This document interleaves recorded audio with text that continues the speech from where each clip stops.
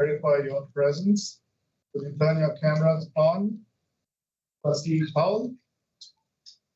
Hey, I'm here. Thank you. Call to order. Good evening, everyone. Welcome to the regular board meeting of the Halton Catholic District School Board on Tuesday, September 16, 2025. Please note that this meeting is being live streamed and will also be posted on the board's YouTube channel. Trustees, in order to be recognized, please use the hand up feature in Teams. We automatically placed in queue. And as a reminder, trustees, we have a brand new microphone system. We are no longer using the microphones on your desk. That's a very sensitive microphone and picks up everything in this room. So when you want to ask a question, you use the hand up feature in Teams, and please refrain from speaking in between because every single word is picked up by the microphone system. Please await your turn to speak, trustees. With that, we shall move on to item 1.1, land acknowledgement, opening prayer, the Our Father, and the national anthem. And our staff to please lead us off with the land acknowledgement.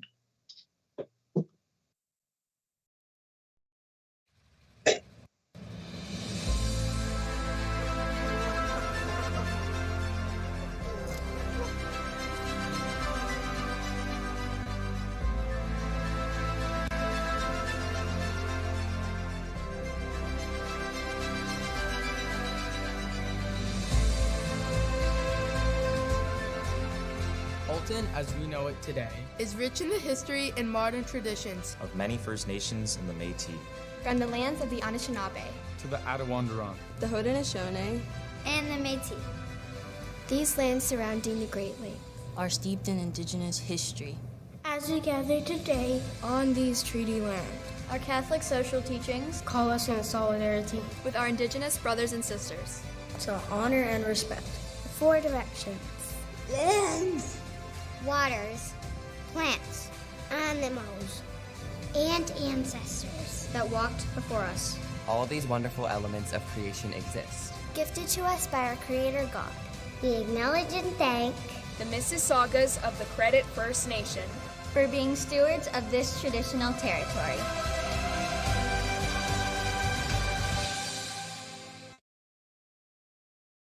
Student trustee Adelaide, would you please lead us the opening prayer, the Our Father, and the national anthem? In the Father, Son, and Amen.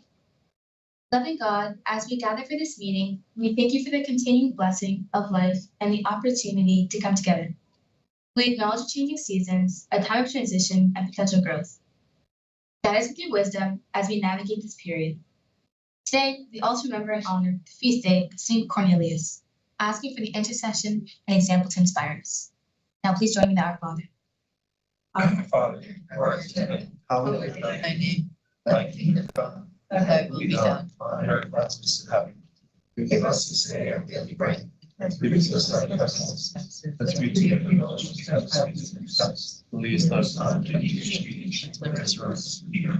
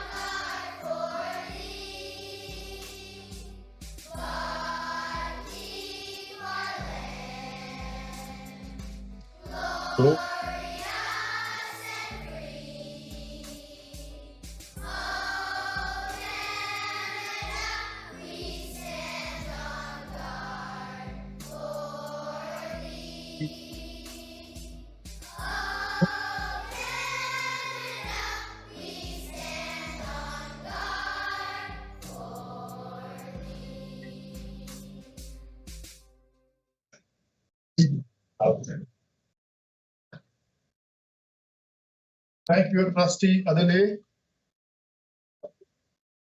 We move on to item 1.2, motions arising from in-camera. We do not have any motions from the in-camera session that will require a public vote. Our next order of business is the approval of the agenda. Can we have the agenda up, please? Do we have any additions or deletions to the agenda, and do trustees want any item removed from the consent agenda?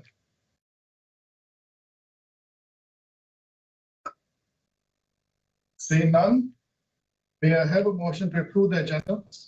Looking for a mover, Trustee Agnew moves. Looking for a seconder, Trustee Kelly. I'll take this to a recorded vote.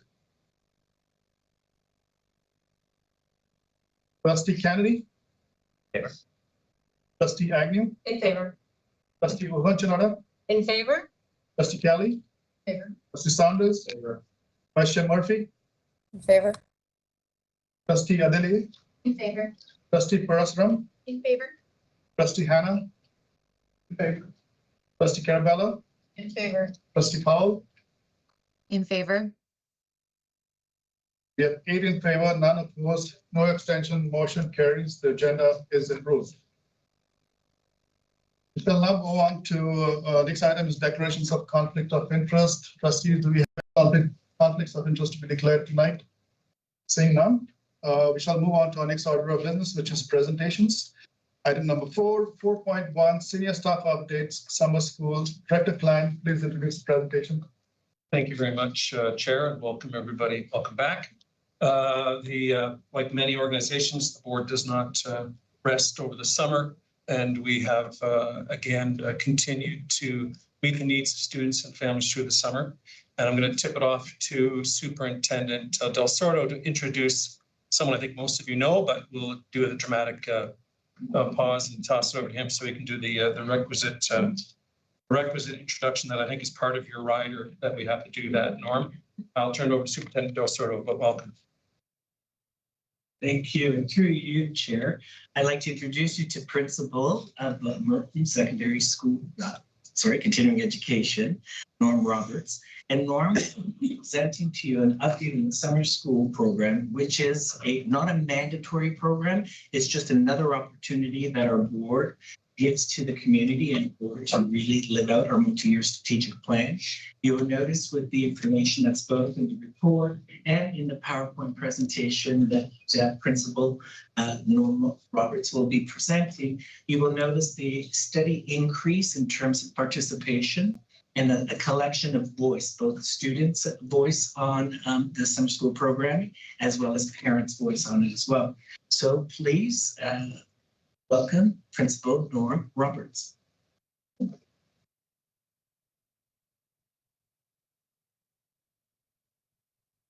you mind, Christine? It's finish. It's need to run. Thank you, Chair of the Board, John, and SOs, trustees, managers, Rosie. It's an honor to be here, to be part of this program, to be part of this board, to have the opportunity to share some of the work at Thomas Merton and some of the work of especially connected to summer school. I want to first start, if you don't mind, to start with our the woman at the well. I think it's last time. We've taken, I'm just going to contextualize summer school in our work.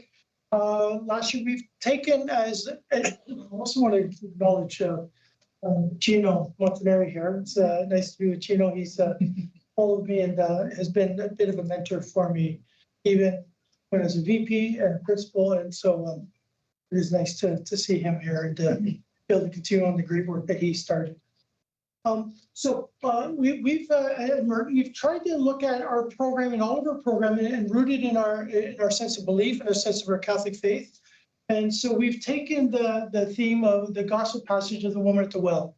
The woman at the well was someone who went to the well at noontime, a time when it was not normal for people to go to the well. She was there isolated on her own, and she encountered Jesus. In our mind, the woman at the well represents a lot of people have experienced trauma in their life. she had relational issues. She had 5 husbands and then still was living with someone who was not her husband and struggled. She was looked down upon. And that's why she was not able to go to the well in the morning when everyone else could go to the well. And so she was isolated from there. She was seen as a Samaritan. And so Samaritans were also isolated from the mainstream population at the time. And once again, looked down upon. As a woman, she was not able to, was not supposed to be speaking with men, not supposed to be in that role. And so she came to that well, kind of not feeling very good about herself and probably having experienced quite a bit of trauma. She was marginalized. She was disempowered. And you could see that by the fact that she was there. When she goes there, she encounters Jesus, and he sees the beauty in her, the goodness in her, and then she became the first missionary in the Gospel of John. She was the first one to go out, and she was able to, through her spiritual hunger, through her need and her desire for spiritual healing, she was someone looking for healing. And so when she came to Jesus, she embraced it. And then once again, went back and told all the people who had isolated her and alienated her, looked down on her. She went back and told them the good news and shared it with them, shared love, and they came back. We see this as a wonderful model for Thomas Merton. A lot of our students are coming to us with stigma, traumatized, relational issues, feeling marginalized, not having met a lot of success in terms of what most other people meet success. They're coming to school at a time when most people are not coming to school at a different time. And I'd say that's even true with our summer school program. The summer school is not the usual time for school. So it's a time when people are coming at a different time and looking for something. And we're hoping that through our efforts in summer school, we can serve those students and help them to recognize their beauty, their goodness, and we're committed to that sense of dignity of the program. So that's how we're rooted. So we're going to talk about the summer school. Now, summer school, it's truly a board initiative.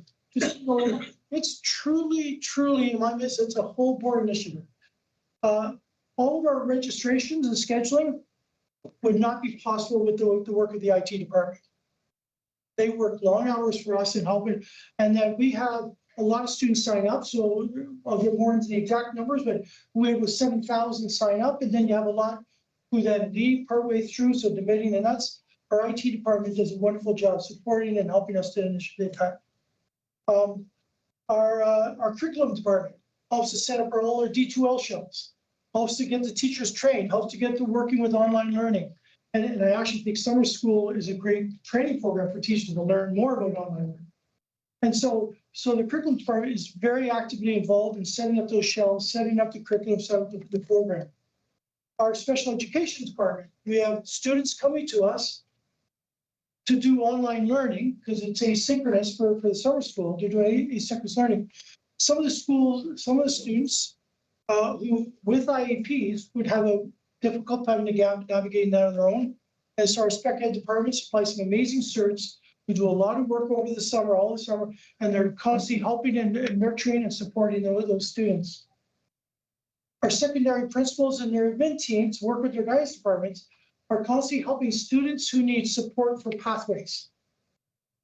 And they work with the alternate departments within their school, within the alternate courses, and they're constantly helping to help those students to navigate to get them registered into summer school. And some of those students, especially from our student success program and the alternate programs, and from respective departments, would have a hard time navigating even registering. And so they support them in that. And that's through the leadership of our principals and min teams. Our elementary principals help to support pathways and help with the transition program to get students into the lit noon program. And so as you can see, it's a whole board initiative. This isn't just, we're just the benefactors, and hopefully it could be something where, using the image of the well, we could be the wellspring where it all comes together. And so it's a gift. So it truly is a board program. And so now some of the statistics. Basic summer school offers opportunities for students to recover courses. So some come and recover courses and recover credits, or some come and do reach aheads. And so for different programs, we'll get more into those reach aheads after. For some students, the summer school allows them to reach their SHSM pathway, because SHSM sometimes students' schedules can be really packed and they have a hard time fitting co-op into it. And some schools don't have enough room in co-op for all of those students. And so through the summer, we can help them, especially through a 2-credit co-op or 1-credit co-op, to then work through and to get the SHISM program, which brings a lot of money into the schools for the SHISM program, which is a good thing, and the schools need it to support that. And then summer school is intense and fast-paced, curriculum-driven, and we really focus on the overall expectations.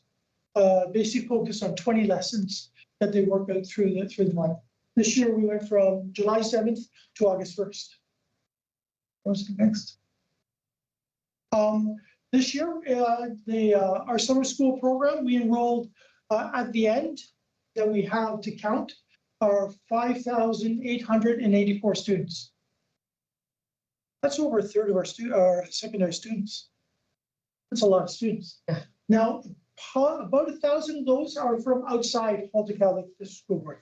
So they would represent private schools, our terminus board, and those kind of things.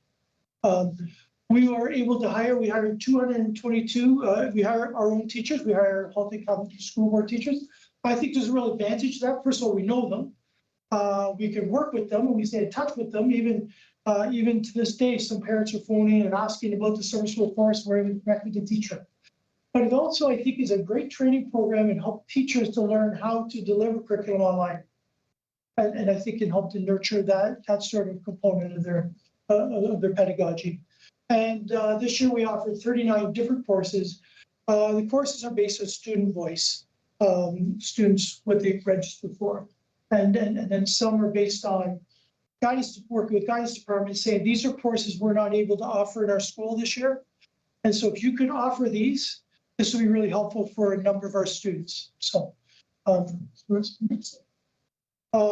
so this year we offered grade 9, 10 courses. The meat of our program, though, is the senior level. Is really the senior. But there's a number of students coming from grade 8 who like to get ahead. We also the intermediate courses, grade 9 courses. They do support AP programs where students don't have enough room in their schedule, so they can take electives here, and then that supports them to be able to take other courses and take all the sciences and all the maths that they need, or all the Englishes or all the social sciences. And so those are the courses, and we offer a 1 and 2 credit co-op, and those support all the SHISM programs. Student achievement, secondary credit. So this year, just the totals, and then we'll compare this to last year. We had 5,844 students enrolled, 222 teachers, 5,962 credits earned. The discrepancy there, that there's more credits earned than students, is the 2 credit call. And so some students were able to achieve, and some student success are able to achieve more than 1 credit. Okay, and then the achievement by level. As you can see, 89% were at the ministry level or above, which I think was that's a pretty strong standing and a strong case for this online learning. Unsuccessful, less than 2% were unsuccessful. Number of those, some of them had medical issues. Some of them had, we had a very tragic situation this year, and so we had a student in summer school who actually passed away, and so. You know, we're dealing with that. So anyway, and once again, Jillian and our ministry department were able to step in and offer the family tremendous support over the summer. Our social workers and child and youth council, they all stepped in, and so as tragic as it was, there's always see that beauty, and you see love, just raw love. Okay. So to compare it to this year, last year and this year, last year we had 5,060. So this year we are up 784 students. So as Em said, there seems to be a trending upwards towards this of students taking the summer school. I think it peaked during COVID. There was 1 year in COVID where I think, and Gina would speak more to that, there was probably a lot more than this, but we're actually starting to reach to that threshold. I don't know what the threshold's going to be. Like we only have so many students. I don't anticipate we're going to have 15,000 students in summer school, but we're certainly still trending up. We hired 33 extra teachers this year, which I just think is good for our community and good for our teaching staff. Credits earned. We earned an extra 1,013 credits this year compared to last year. That's the increased students. And then once again, in 2024, percent at ministry level or above was 85%, or up to 89%. It's an increase of 4%. I think that's pretty well within. Research and development could tell us if that's really significant. I'm not sure. I will their expertise. Next. But it won't actually now. Credit recovery. We do offer credit recovery, and so we did credit recovery. So the next slide, thank you. So these are by school, and once again, this is there should be no reading into any of these numbers. Some schools have really vibrant student success programs. So some years they'll have more taking summer school, others they'll have fewer taking summer school, and it ranges. So it's not, there's no rule. It's all the schools are working hard at supporting this. But this year we had 45 credits recovered through just during summer school. Next slide. And I'm just gonna, as an addendum, we also run a lead noon program, which is not credit bearing, and that's for 6, 7, and 8s, grade 6, 7, and 8s, and help them with the transition. And so this year we had 108 students taking literacy. We offered in two sessions, 2 10-day sessions. Session 1 throughout the summer, we had 461 students taking literacy and numeracy, which hopefully is really helpful for the transition. That number varies from year to year. I didn't have the numbers for last year to be able to compare it, but it may have been more, and it varies from year to year. Some years, a lot of grade 8s take the reach ahead and try to take credits. Some years they take the learning, and it depends on the student and the profile of the student. So, but it's still a great program. We do a survey at the end of every summer school. So the survey showed across the summer school programs, basically our understanding is that they were satisfied. Parents were satisfied, students were satisfied. Over 3/4 said they're satisfied and liked the way it was delivered, and over 79% of students, 70% of parents reported a preference for the current program. So I'd like to end with just some of the key summer school benefits. I hope you can read that. So credit recovery, it supports, helps students retake failed courses and stay on track, because our real focus is 16 on by 16, to get them 60 credits by 16. This is a way, and this is, I give the credit to the leadership in our high schools, really trying to promote that, and then they work with those students to get them into these programs. Acceleration and enrichment allows students to earn credits early or to explore subjects not available during the regular year. They take electives now so they can take prerequisites later on. So that's a valuable, especially for AP, IB programs, all of those programs. For French immersion, it helps all those programs. It's flexible learning. So it's learning that they get, it is asynchronous. They do have in-person during the year. They do have online learning, and then we have this asynchronous experience. So it is a good experience, flexible. The students can still work. They can still get summer schools. Some of them still travel. So we had, and I don't remember the exact numbers, but over 500 students that we had to set up who were outside the country. I'd gone and visited relatives in other places in the world, but they were still able to get credits. Transition support prepares incoming grade 9s and supports newcomers or ESL learners. Improved graduation rates. Our hope is that through the summer school, we're hoping to get that 16, hoping to increase graduation rates. Reduce pressure during the regular year. Some students, and I know through transformations and Thrive, there are some students who really do struggle with a full caseload. And it's authentic, and so this helps to even the Brownsville that they can get some of these credits, and it takes a little bit of pressure off the regular school year. Mental health and well-being provides structures and reduces stress for students needing extra support. Equity and access supports underserved students through targeted programs and resources. There's a number of programs that high schools have a very difficult time offering because they just don't have the number. College physics in grade 12. They oftentimes aren't able to fit that into a full schedule with the college chemistry. The mathematics for college technology rarely ever runs because they don't have enough to be able to take that. But students who want to go into the trades, go into electrical, it's a really, really valuable course. So we're able to offer those because we have such a high mass, such a big critical mass. We're able to have some classes running it more, and we're able to offer these classes. And I think it offers for those who are disadvantaged within our regular school, not through the school's fault in any way, because they do everything they can. And then it also supports the specialized programs of French immersion, AP, IB, SHISMs, and this year a couple elite athletes.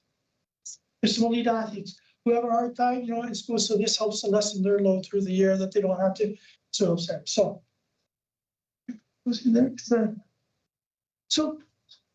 we are thrilled. We love Merton. We love our students.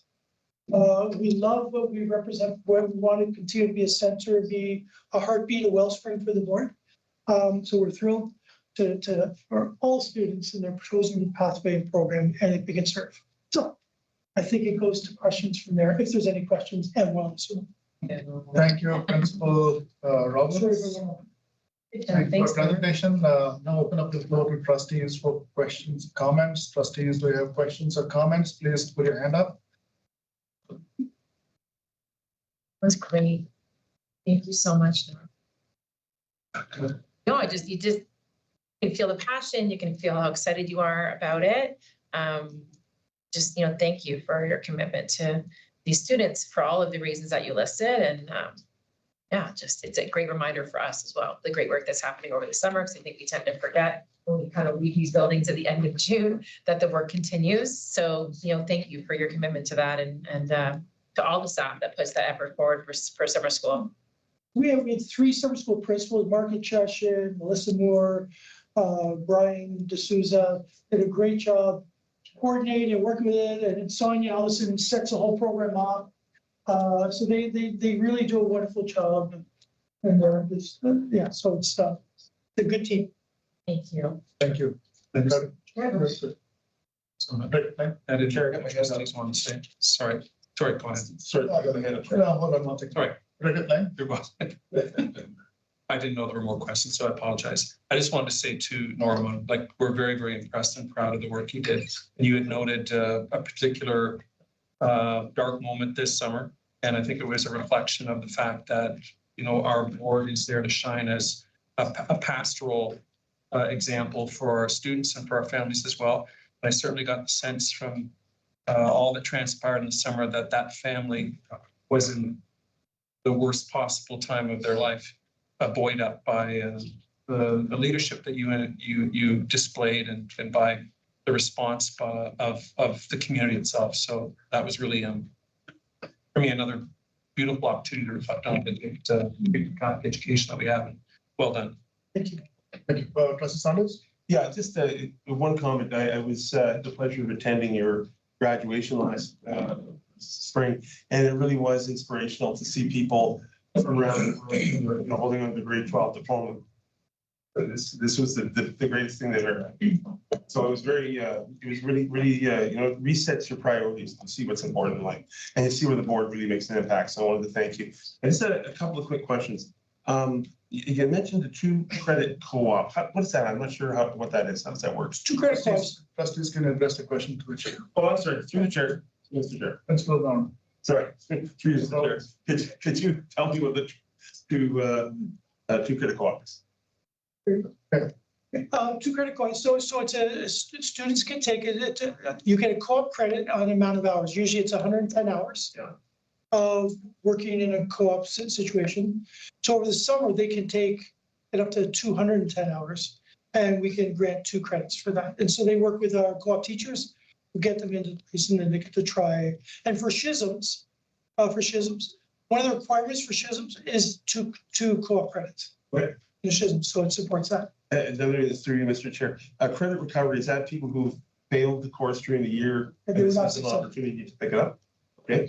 And my last question through you, Mr. Chair, is of the people that were not satisfied with the summer school, are there like themes, or are there issues that we can work on and start bridging some of these gaps, that we've been able to identify things that we could do to improve summer school? We're working with research to go through those, because it's so spread. We didn't have a lot just didn't respond, or a number of people didn't respond. But we didn't see any real themes other than they felt their child didn't do well in online learning. Thank you. Thank you, Mr. Saunders. Up next, trustee Adele.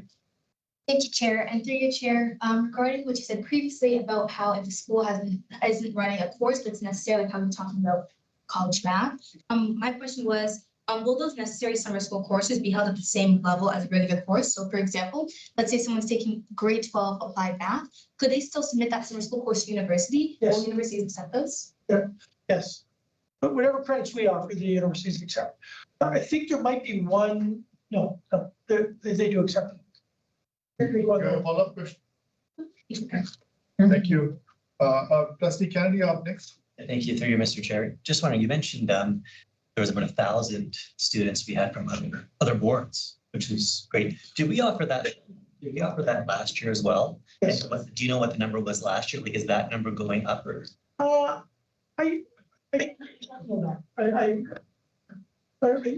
My understanding it was around the same, but I don't want to say that for sure. I can look it up for you if you. Just curious. But we did offer it. Yes. Do a follow? Yep. And then in 2022, we were over 6,000 students. So I'm just wondering, we had a little bit of a drop of 200. Do you know any reason for that? Would it? That was during COVID. There was a little, no, summer of 22 after COVID, I mean, summer. Is there any reason why that's a little bit lower? Do you have any feedback on that? No, and I'm not sure about that 6,000 number. Do you know, was it 6,000 in 2022? Let's go to. Sorry, so not to put you on the spot. Superintendent Denari. I don't recall the number, to be honest with you. So I mean, 6,000, probably around that ballpark.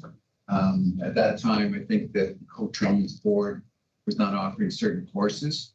And so we had a kind of an understanding, I think, I'm not sure if John was the director at that time, but we had a conversation to try to help support their students. So they sent a load of students to us and vice versa. So we had some there. So we ended up picking up more students than we sent.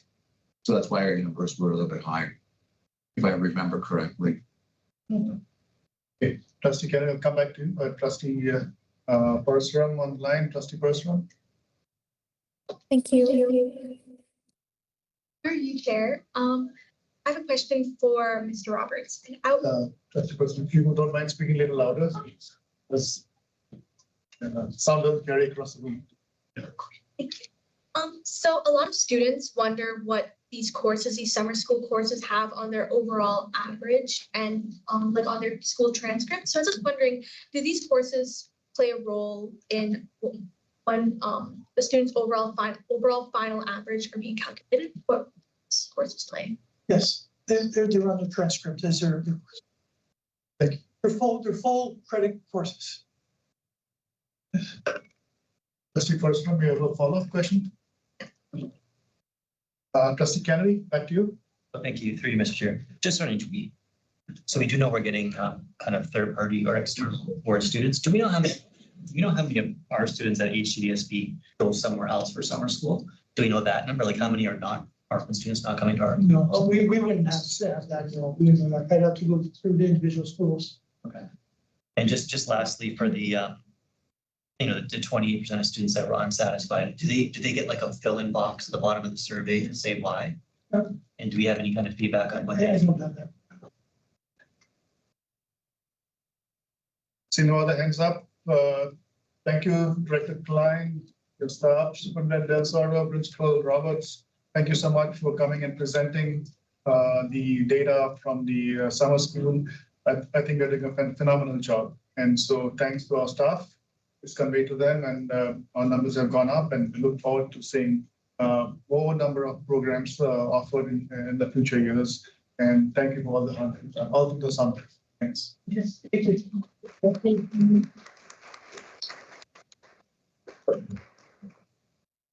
Our next order of business delegations. We have no delegations today. We move on to our next order of business, which is item number 6, consent agenda items. The following items have been agreed upon at the agenda approval to stay on the consent agenda. Item 6.1, action items, 6.1.1, 6.1.2, 6.1.3, 6.1.4, 6.1.5, 6.1.6, 6.1.7, 6.1.8, and 6.1.9. 6.2 is noted items, and we will not discuss or talk about those items. So for our new student trustees, the consent agenda will not be action and consent and noted items. We will take one vote on the noted items because in the beginning, trustees have voted on the agenda and have agreed that this items will not be discussed. We'll have one vote on the action items. There will be no discussion. And on the noted items, we will not be talking about that. I will read the motion. Resolved that the Halton Catholic District School Board approve consent agenda items 6.1.1, 6.1.2, 6.1.3, 6.1.4, 6.1.5, 6.1.6, 6.1.7, and 6.1.8 as submitted at a September 16th, 2025 regular board meeting. May I have a mover for this item? I can move it, Mr. Chair. Trustee Agnew moves. Looking for a seconder, please. I can second it. Trustee O'Hearn Janada seconds. I'll take this to a recorded vote.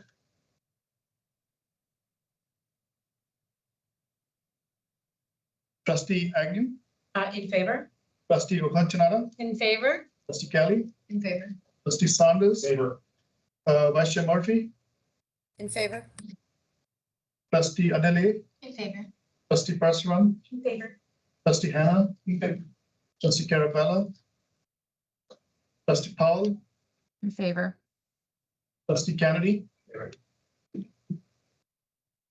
We have 7 in favor, none opposed, no abstention. Motion carries. The consent agenda is approved.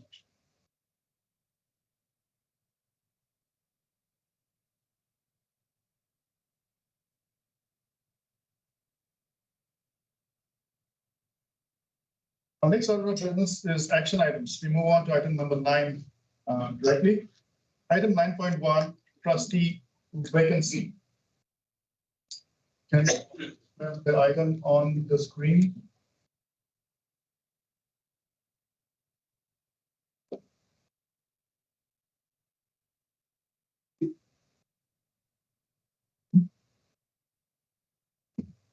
Thank you. This item was shared at a special board meeting held on Thursday, September 11, 2025. Section 220 of the Education Act talks about resignation of members. Subsection 3 says that a member of a board with the consent of a majority of the members present at a meeting entered on the minutes of it may resign as a member, but he or she shall not vote on a motion as to his or her resignation. Point of privilege, through you, Mr. Oh, there we go. Rosie, read my mind. Thank you. So this item is thus not for trustees to discuss or debate, and I will not be speaking to this item, but it is for the Board of Trustees to receive this resignation letter.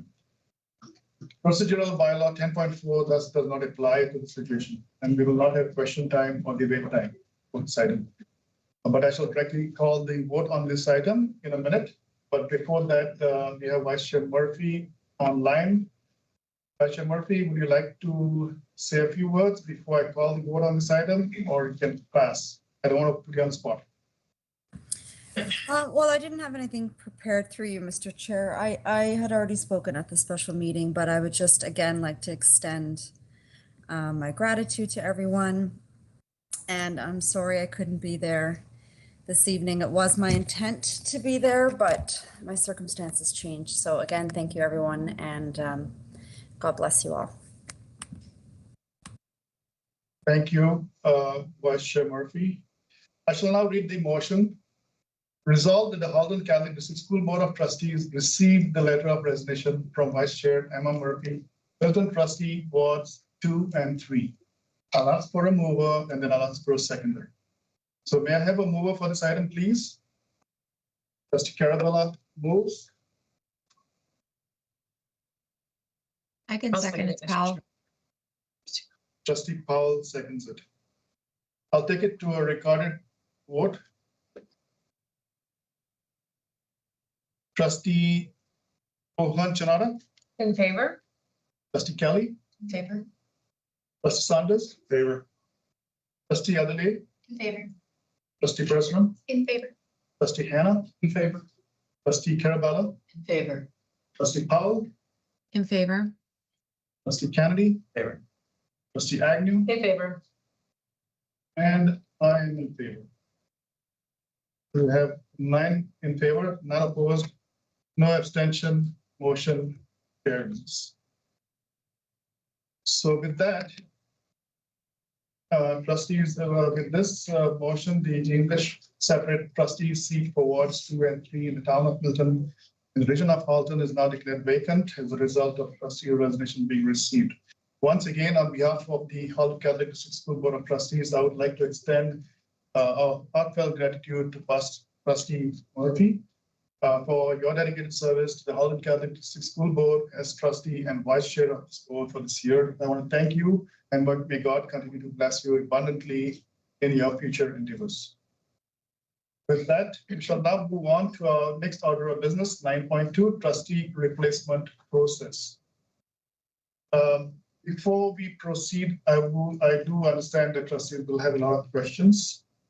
We will have a lot to discuss, a lot to debate, and this process should be completely transparent for everyone concerned. As you know, we have to replace a trustee in 16 years, and we are now in new territory. Our bylaws are not really designed in this situation.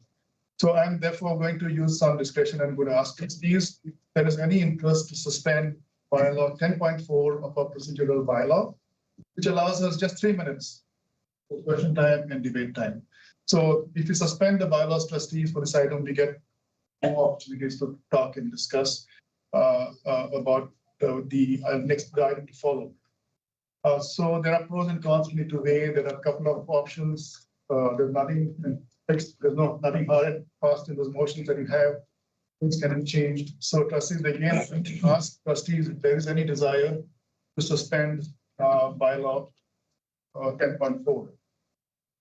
If there is a desire, I'm going to ask trustees to put forward their hand up and put forward the motion, suspend bylaw 10.4. We need a 2/3 majority to pass this. So any trustees have a desire to suspend bylaw to have a wholesome discussion, please raise your hand. If not, then we go 3 minutes and 3 minutes question time. Trustee Carabella, you want to put forward the motion? Okay, Trustee Carabella puts forward a motion to suspend bylaw 10.4. Do I have a seconder for this motion? I have my hand up, but I'll second it. Oh, Thank sorry, you. I'm looking. That's okay. Trustee Mohan Chanada seconds it. There's no debate on this item. We take it to a direct vote. Proceed.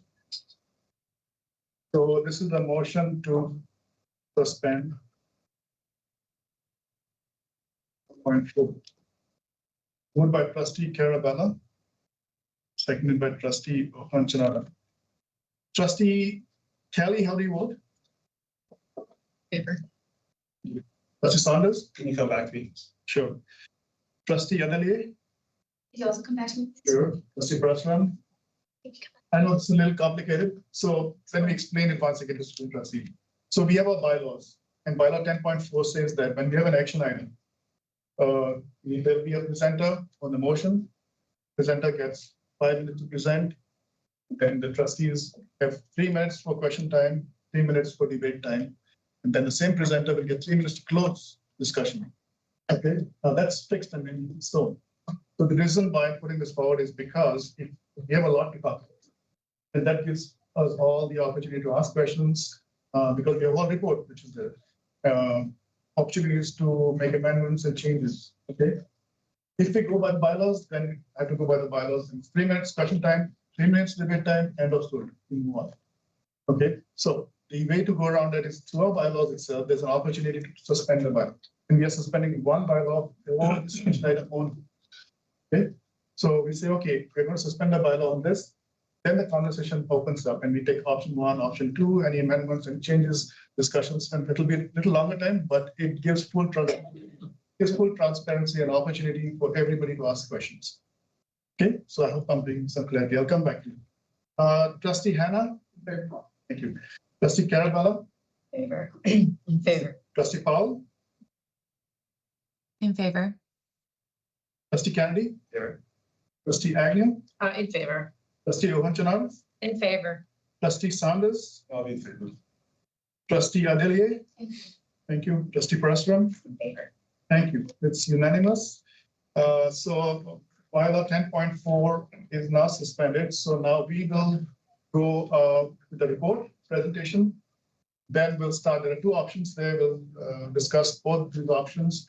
And then we'll take questions again at the final time. We'll choose one of those options or modify it, and then come back, and then we'll have a question time, debate time, and then we'll start the process. Okay. So thank you. For this, I will pass the floor on to Director Klein. Director Klein, please present your report. Thank you, Chair.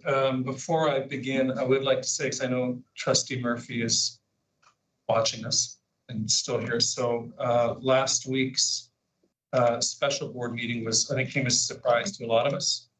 And I do know staff, it was such a surprise that they didn't show up. No, I said they didn't have to be at that meeting necessarily. So this is an opportunity for us as staff to convey to Trustee Murphy our gratitude, our admiration, and our respect for the work that she has done over the last almost 3 years. And we recognize that the work that she has done and all trustees do is very valuable. I've said before that I grew up with a parent who was a trustee for many, many years. And so I do have a distinct understanding of how that has an impact on family life, has an impact on the life of the community too, in a small community. And so on behalf of the staff, I would like to say thank you to you, Trustee.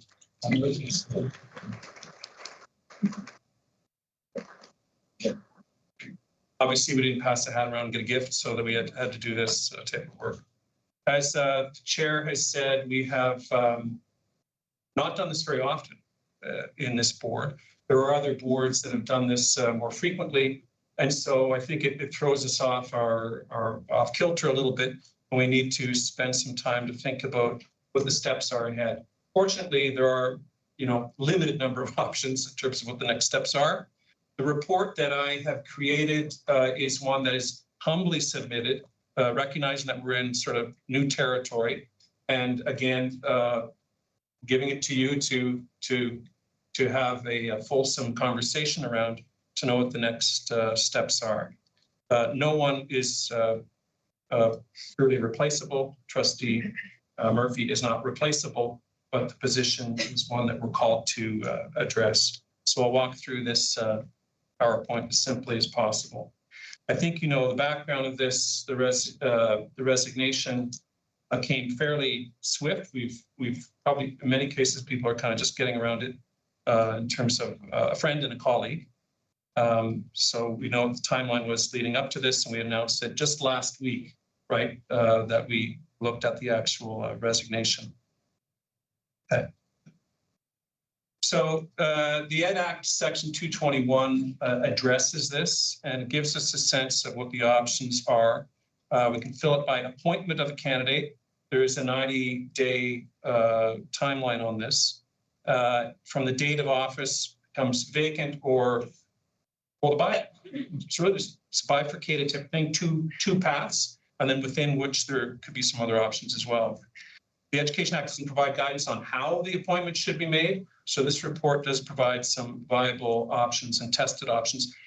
By tested, I had conversed with 3 neighboring boards. Okay, so it was not exhaustive research on my part, but there were 3 neighboring boards that have done this extremely recently. So you can probably guess which ones they are, like very recently. So we have our 2 options. There is, as you are aware, trustees, the Ontario Education Services Corporation, again, kind of a compendium of best practice throughout the province on all sorts of things, director performance appraisal, how we conduct our meetings and such. There's some best practices from there. They suggest the approach of inviting interested persons to apply for the position. This is option A. Should this option be chosen, the Board of Trustees should ensure that the process is widely communicated and accessible to all the communities served by the board. One of the factors of this is there's a minimal fiscal implication to this option. Looking at a proposed timeline is as follows. Obviously, we are tonight. Trustees resolved to fill the vacated position by appointment and application. There'd be a posting that would go out tomorrow. That would be launched through various media, various portals. That could be disseminated and seen by all to October the 1st. October the 1st would be a deadline for application submissions, and then a special board meeting would be called for October the 7th, in which applicants would present to the Board of Trustees, and a selection is made through secret ballot. Should that option be chosen, it's recommended that the posting contain the following: an expression of interest, current resume, script of the intended verbal presentation to be submitted by that date, high noon. Each qualified applicant will be invited to make a verbal presentation. We've landed on 5 minutes maximum to the Board of Trustees. The qualified person who receives a majority of votes by trustees will be appointed to the role, and the successful candidate will be sworn in immediately following the selection process. To be eligible for appointment as the Catholic school trustee for Ward 2 and 3, Town of Milton, an individual must be, trustees, no surprise, Roman Catholic, Catholic school supporter, resident of the jurisdiction of the school board. Canadians, that was a learning for me, for the whole board. A Canadian citizen, at least 18 years of age, and not disqualified by any other legislation from holding board office. So just to continue, further recommended that the following procedures be followed in relation to the appointment. The chair of the board would introduce the candidate. This would be in our process where people would be here in this room. They would have up to 5 minutes to give their speech. That would come in a script that is already before us. The chair of the board will clarify the procedure. So 5 minutes maximum to be allowed each candidate to make a statement. Statement must have previously been submitted. Once that's done, voting will be conducted by secret ballot. Votes will be counted by the Director of Education and Secretary of the board, me, 2 and 1, and the Chief Financial Officer and Treasurer of the board.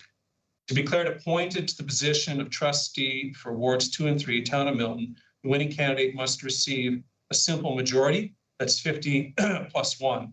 The boards that I talked to, what they did, I use this expression, it's kind of like some of the European elections, like a French election. So don't get a majority, then we shave off the bottom 2, and we keep going until we get a 50 or more. If a trustee is unable or does not vote, the total number of ballots used to determine a simple majority will be reduced by 1. If no candidate receives a majority of votes cast, then the candidates in last place will be dropped from the ballot, and another vote will be conducted with the remaining candidates, going until we get that more than 50. If there's a tie for the last place ballot, we all know how this works. A vote will be conducted, 1 or more amongst those who are tied for last place. If the tie remains, a draw will be conducted amongst the candidates who are tied. Candidate loses the draw will be dropped from the ballot. To conduct the draw, the names of each candidate will be written on a piece of paper and folded so that the names are not visible and the papers are indistinguishable. The papers will be deposited into a ballot box. Chief Financial Officer will randomly select one of the papers, and the name on that paper that is selected will remain on the ballot. I know that happened to another board a few months ago, another Catholic board.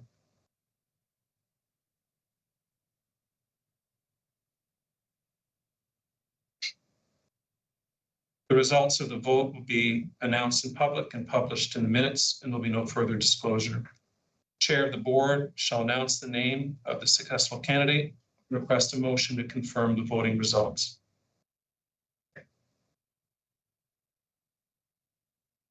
If option A is the choice, here is a resolution that can be used. And I won't read it out to you, you can see it for you.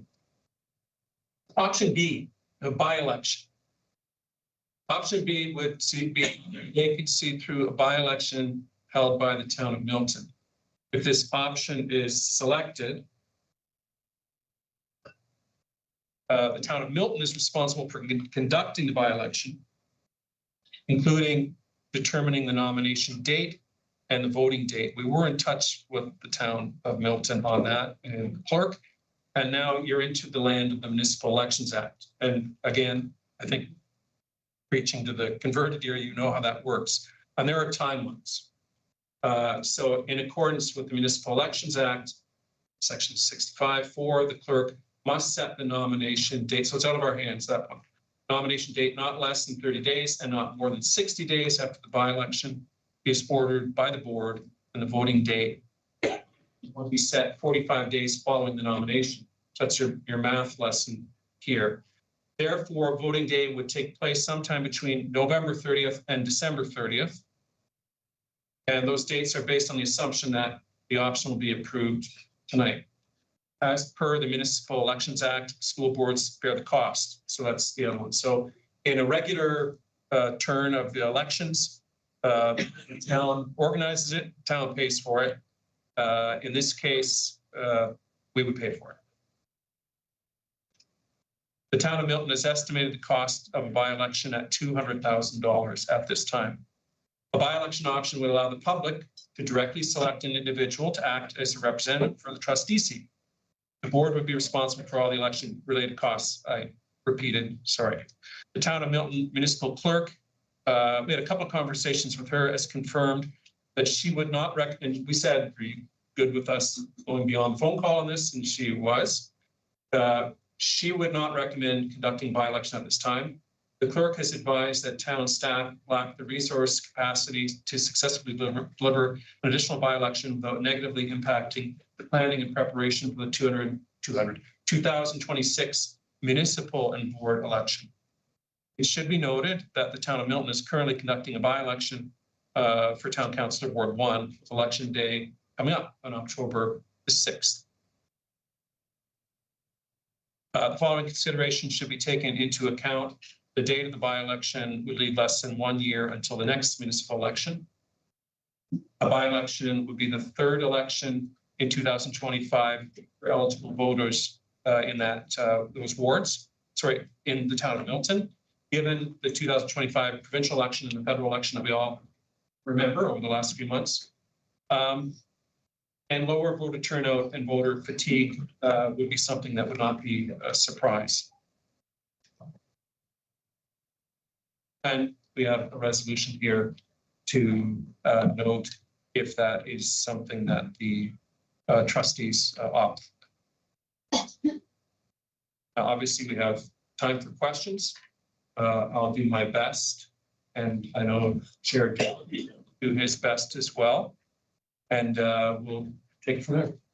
Thank you, Dr. Klein, for your presentation on the options. So trustees, please use the hand up feature. So we'll go questions. You have one question and a follow-up question. Then I'll put it back in the queue. If you have more questions on the circle, come back and we'll get all the questions answered. We got time, we'll rush from that, and then we'll settle on something. Okay. So first up is Trustee Hannah. Trustee Hannah, your hand up. So through you, Mr. Chair, sorry for asking this. I should have notified you prior. It's okay if you don't have an answer, but you stated minimal fiscal value for option A. Do you have any idea as to roughly what that might be, or is the cost just kind of somewhere low? I'll pass this to Director Klein. Sure. And I wouldn't have a specific number on. I'll look a bit over in terms of communication. So we would be advertising or posting, as it were, in a variety of, I won't say newspapers, variety of media right now, right? But I'll look at, I wonder if you could help us out, Ms. Swindon. And through you, Mr. Chair, that is correct, Director Klein. We would be, the only cost really, many of our tactics, communications tactics are cost-free. But the only one that would incur costs that we would recommend is placing ads in the local newspapers. And that could range depending on the size. The paper, it's anywhere between $700 to $1,000 per ad, but I'm thinking more on the lower range if we're looking at our local papers. Thank you. Do you have a follow-up? I do have a separate question. Am I allowed to Generally, we have a question and a follow-up on the same questions, but go ahead if you have a question. Yeah. So I noticed that in the recommendations portion mentioned that if in the very rare occasion that you have two draws, we would go to drawing lots. Is that something that we strictly have to do, or are there any other alternatives? Just because it seems like living it up to luck seems pretty strange. I'm so sorry. It's okay if you don't have an answer to that. I should have known time. Right, Klein.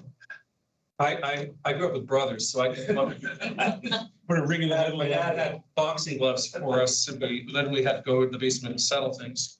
I would say it's the only ones that I've seen in sort of within the realm of Robert's rules and sort of conventional parliamentary procedure would be those. And as I said, I know of not next door, but a close board, Catholic board to us that in the spring, late winter of this year came down right to that.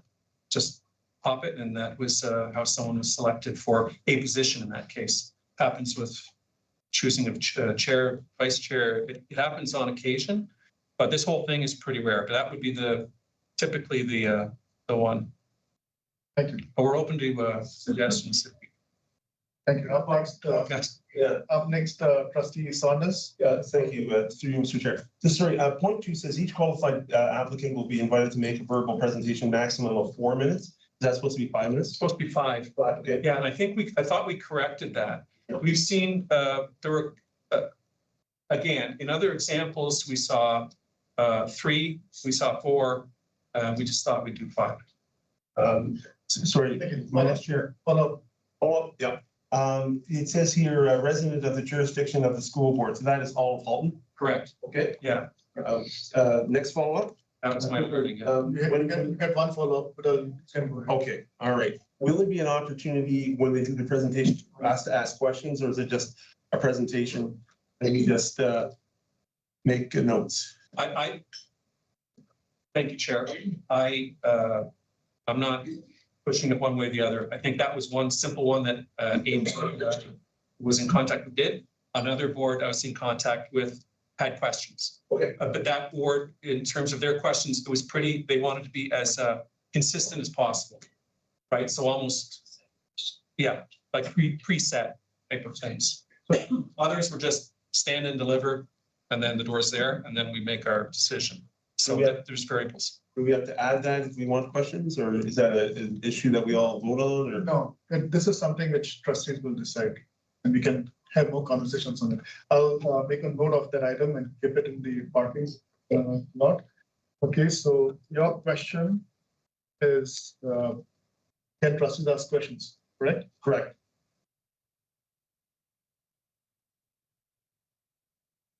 If I can just continue, a board that I know of that's nearby, they had preset questions. Everybody gets the same ones.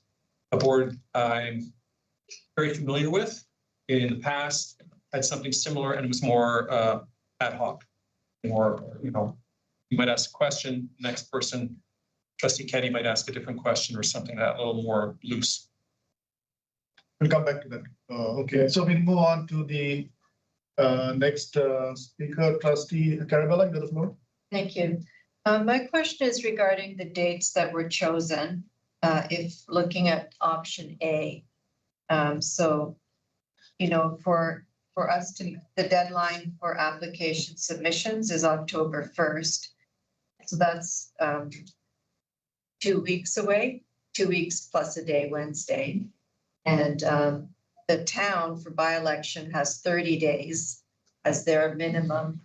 And my feeling is that by the time you get information out, people have to absorb it, make a decision, talk to their family, prepare a submission that really, I don't know if that's a fair amount of time. The advantage of a by-election is that there is that 30 days to reach out to the community so that more and more people can be involved. And I'm concerned that the 2 weeks wouldn't be enough to be like a fair amount of time to let somebody really work it through and decide and prepare and come. So I don't know if there's a happy medium or another date or. Thank you, Trustee Carabello. So again, that's a report. Again, it's for trustees to have that conversation and discuss. So, but Director Klein would like to speak to why. I'll add a little bit to that. I recognize that too, right? I read through it and I can get it's bam, bam, bam. 2 other boards nearby did theirs. One was just under 3 weeks. One was 4 weeks in terms of that posting. The difference, one of the differences is it was through I'll call it the doldrums of summer. And I think in terms of, I'll look at Swindon here, in terms of catching the attention of people out there, the summer is usually notorious for, that's sometimes a time you don't do things, right? So there might have been extra time on that because of that. We're under the spotlight right now in terms of the school year started, we're moving. And so that was one of the nudges toward maybe something a little more tight in terms of the timeline. But the other ones that were, again, nearby that I was aware of, it was 4 weeks almost exactly. The other one was just under 3 weeks. But they were a good chunk of that, if not in one case, all of it was over the summer. So to answer your question, there is flexibility there. Yeah. Yeah, there's flexibility. So to follow up on that thought, I think the people who would be applying aren't necessarily going to be on that bang, bang, bang, like staff and going, you know, forward school starting. They're probably thinking, okay, school started, now let me think. They need a bit more time to process something like this. That's what I'm feeling. So, yeah. Director Klein, your research, how many weeks was given by the school boards that you researched? 2 weeks and 4 days or something like that? Yeah, just under 3 on one. Under 3. 4 pretty much exactly on the other. Yeah. Right. And I think there were how many applicants there? What, 20 applicants plus? I'm remembering 8 for one of them, and I'm remembering about 20 for another one. Right. Good number. And the other one, I don't know. I don't know how many did on that one. Okay, so Trustee Carvalho, you put make a note of the So it dates. could be some compromise or some happy medium between the 30 days and the 2 weeks. Up next, I'll come back to you, Trustee Carvalho. You have a follow-up on that question?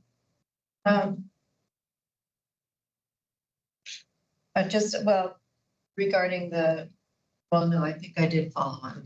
Okay, we'll come back. Trustee Saunders, I'll come back to you. Trustee Perstrom, you have not spoken. For you, Chair, will student trustees play a role in the selection of a new candidate, or is that solely for adult trustees? Student trustees do play a role, and Director Klein has got a special role for student trustees.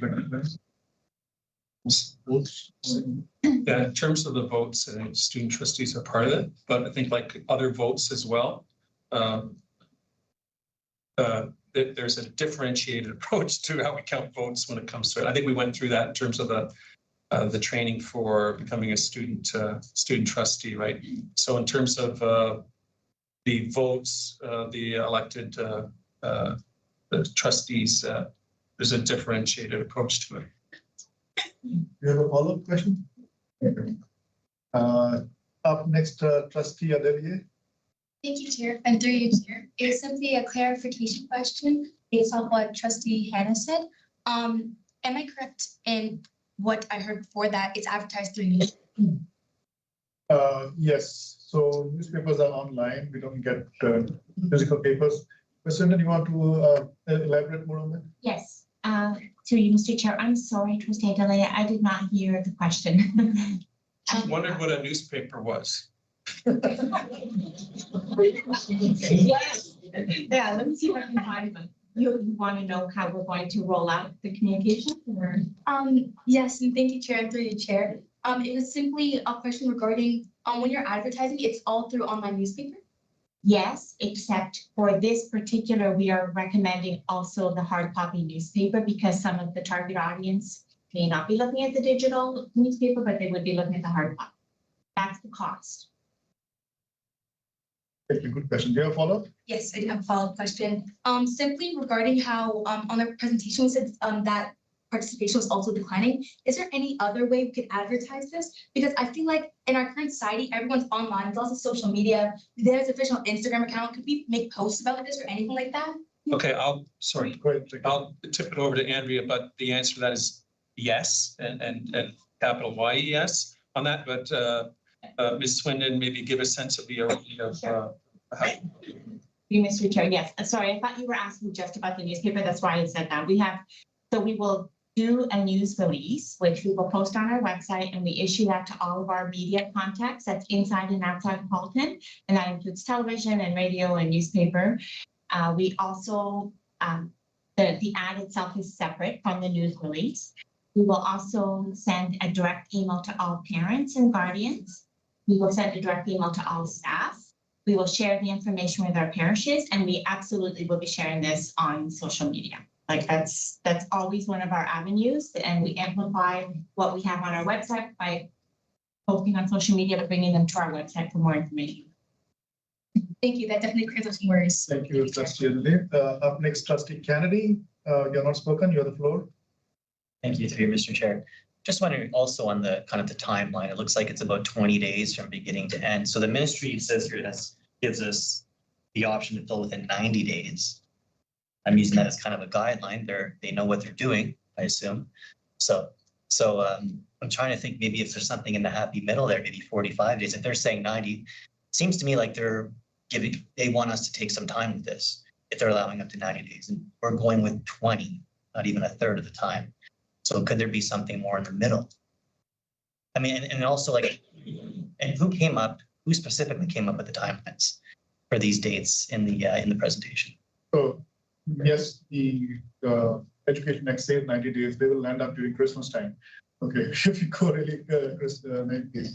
It would be December 15th. Yeah, sorry? It would be December 15th. Yeah. I didn't say 90, I said in the middle. I said in the middle. So let pass on to the client how again, those dates are not cut in stone. In the end, every one of the boards themselves made the final decision, the Board of Trustees, right?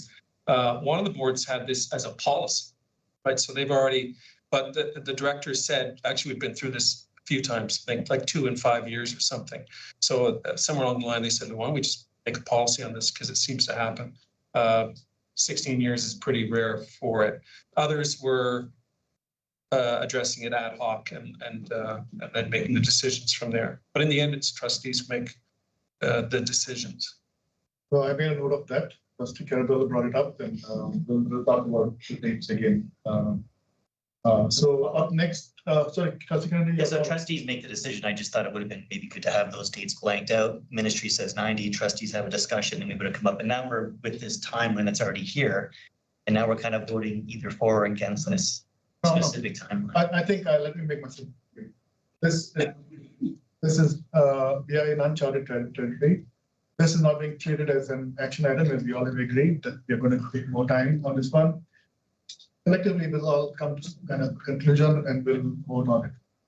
Okay, so it's not cut in stone. Don't get excited about those dates. If we are going to have conversations, we're going to come back to this, and we're going to find some nice happy medium where we all agree on.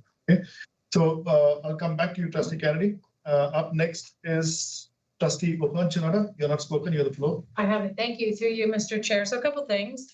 I think people that are going to be interested in this position, they're probably already aware and listening in, right? This is my personal opinion. Before I became a trustee, I was very aware of the board meetings and I kind of knew what was going on. So to your point, Trustee Carabella, I think 2 weeks, maybe 3 weeks would be long enough. I think we get the applicants. I think people that are invested would be ready to apply if we're sending it out to that many other facilities. And the other thing is, remember, you have an open Milton seat, right? So when we delay it, we're delaying representation in Milton. So we're missing out on that one seat. So we really need to be expeditious in this endeavor. And Plan B with the fiscal responsibility over $200,000 and the experts in the municipality suggesting that we don't go that way, I will not be supporting Plan B at all. Plan A is the way to go, but I really think we have to be fairly expeditious about this. My only question that I do have, and I'll offer up, is when we do have the presentations from the candidates, and I've heard anywhere between 2 weeks and multiple submissions. I heard one board almost had 65 people apply to an open trustee position. So my point would be, when we're asking the questions, having that standard template so that we're all asking kind of the same question, so we all kind of get the same kind of general ideas. So that's my really comment, I would say. Thank you. Thank you, Trustee. That was standard template, right? Just make a note of it. Okay, thank you. Up next, we have Trustee Saunders. Yeah. Do you anticipate when the resumes come in, distributing them in a package to trustees, so we would have a chance to have a look at them before and maybe form some questions, or so that's anticipated? Okay, and then when they do their statements, will there be parameters that they have to sort of stay within? Like, is there a possibility, like the delegation, where we would reject a statement for various reasons? Do we anticipate anything like that? Director Klein, I would expect this to be conducted with Director Klein. Director Klein is a person of integrity, so Director Klein. The first question, just in terms of what another board that I was looking at had, and people had like one pagers. Yeah. So in this case, I don't know, 8 or 10 people, and it was part of what the trustees had in front of them. So that everybody had as part of the report, the resume or CV for each person. Yeah. Then there was a script that was sent in about what the speech would be or the talk could be. Good question, to my knowledge, in terms of, I think they're hopefully relying on the goodness of people. I don't think there was anything in there saying, if you say this, this, or this, you're going to be taken out. I never saw that said, which is probably speaks for itself, right? So through you, Mr. Chair, so it would just be like if they were engaging in obscenities or criticisms and stuff, those would probably be ones we wouldn't want to move forward on. But other than that, we'd be pretty flexible on what they said. That's safe to say. Okay. Thanks. That's it. You want me to speak out against obscenities? Yes, you've put that into the record against it. Thank you, Trustee Saunders. Yeah, I'm good. Next is Trustee Kennedy. You're back. Sure. And just regarding the cost for the election, by-election option, that goes to the town of Milton, I assume? Right. So the town, presently being held. so the town of Milton would receive 200,000, but they seem to be dissuading an election. Did they send any of that to us in writing? That I can explain to you why that was. The town of Milton has a separate fund for situations such as this. So they put money aside for a separate election should one arise. And they take the money out of that particular fund. And I know that because I was there at the council. So they had the 200,000 stored up there for situations such as this, and they did take the money out. okay, so they would receive 200,000. They would not receive. It's the money they collected from taxpayers. I thought the board pays. Oh yeah, the board would pay from the classroom. The board pays the town of Milton $200,000. Or whatever the bill is. Or whatever. Right, sure. Yes, Whatever the bill is. But it seems here the town of Milton doesn't seem that interested from the verbiage. Did they put that in writing that they kind of just waiting that option? Like, how did we, or they just told you that? There were phone conversations, but I do think we were followed up in terms of an email. But they're pretty candid. They're just saying like, we're kind of, you know, we've got, as I said in the report, right? We've got other election going on right now. Like your timing for the town, for the clerk is really unfortunate in that sense, right? They're like everywhere else. They're working very hard, and they made that very clear. I just seem strange they wouldn't want $200,000 to. It's not want. The town of Milton is not going to make money on this. Whatever money the town spends, the town is not in the business of making money. So they are whatever. Yeah, they collect. I can tell you that they make money all the time. I know this from town myself, but so whatever expenses they have, they will charge it to us. Town will make money. They're not in the business of making money. So yes, the report is fairly clear.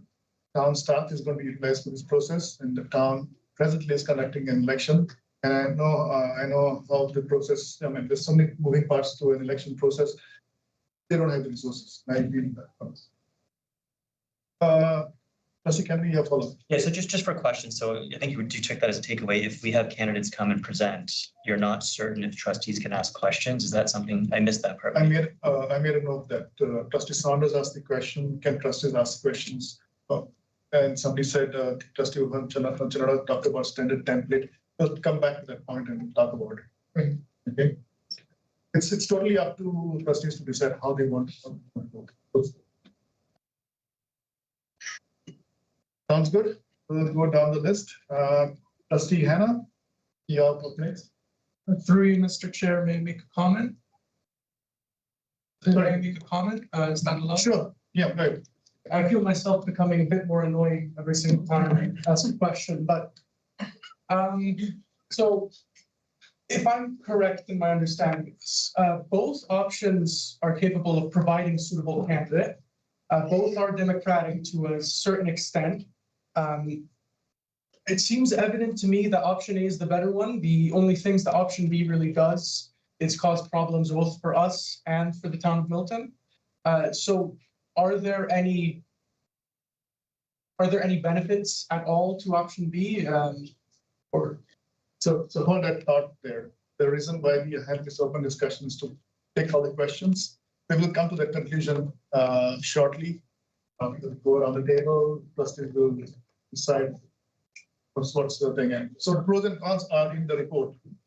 Okay, the cost, benefit, time benefit, and everything is there. So any other comments? No? Sorry. We'll go back to Trustee Carabella. Thank you. Through you, Mr. Chair. I do have a comment about, well, okay, the date, but also when they do finally present their application, there's a noon deadline at the date, whatever date we choose.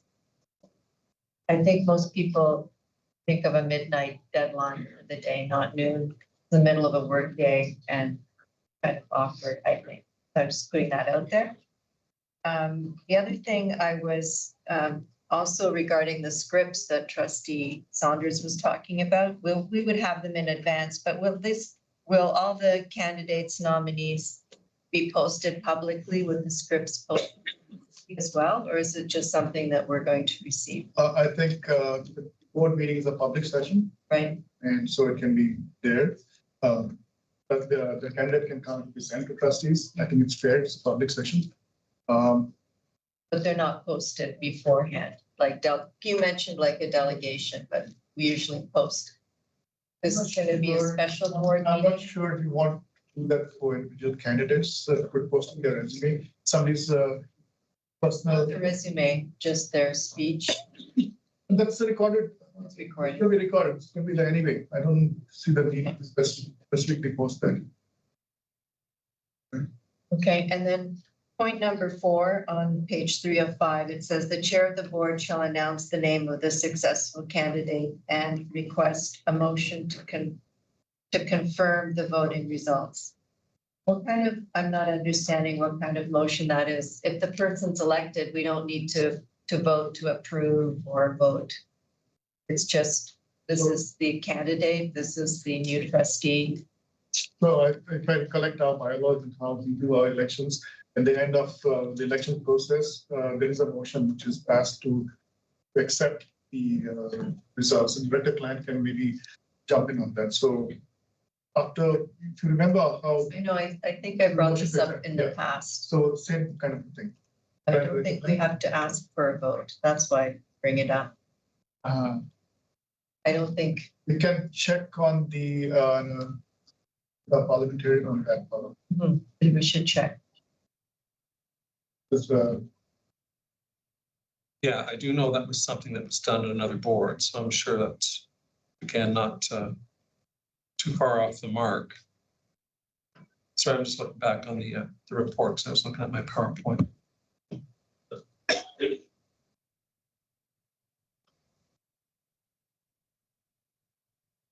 Okay, in the meantime, Trustee Kerala, you have a follow-up question?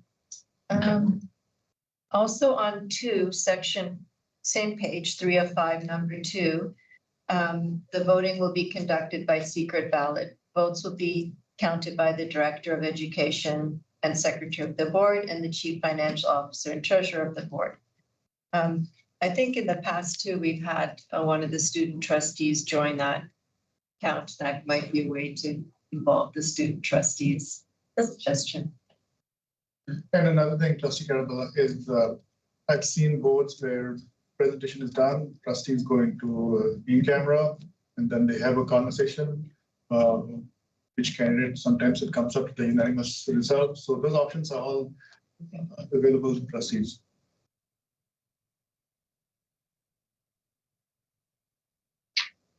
So, Trustee Campbell, I'll come back to you. Trustee Kennedy? Thank you, Mr. Chair.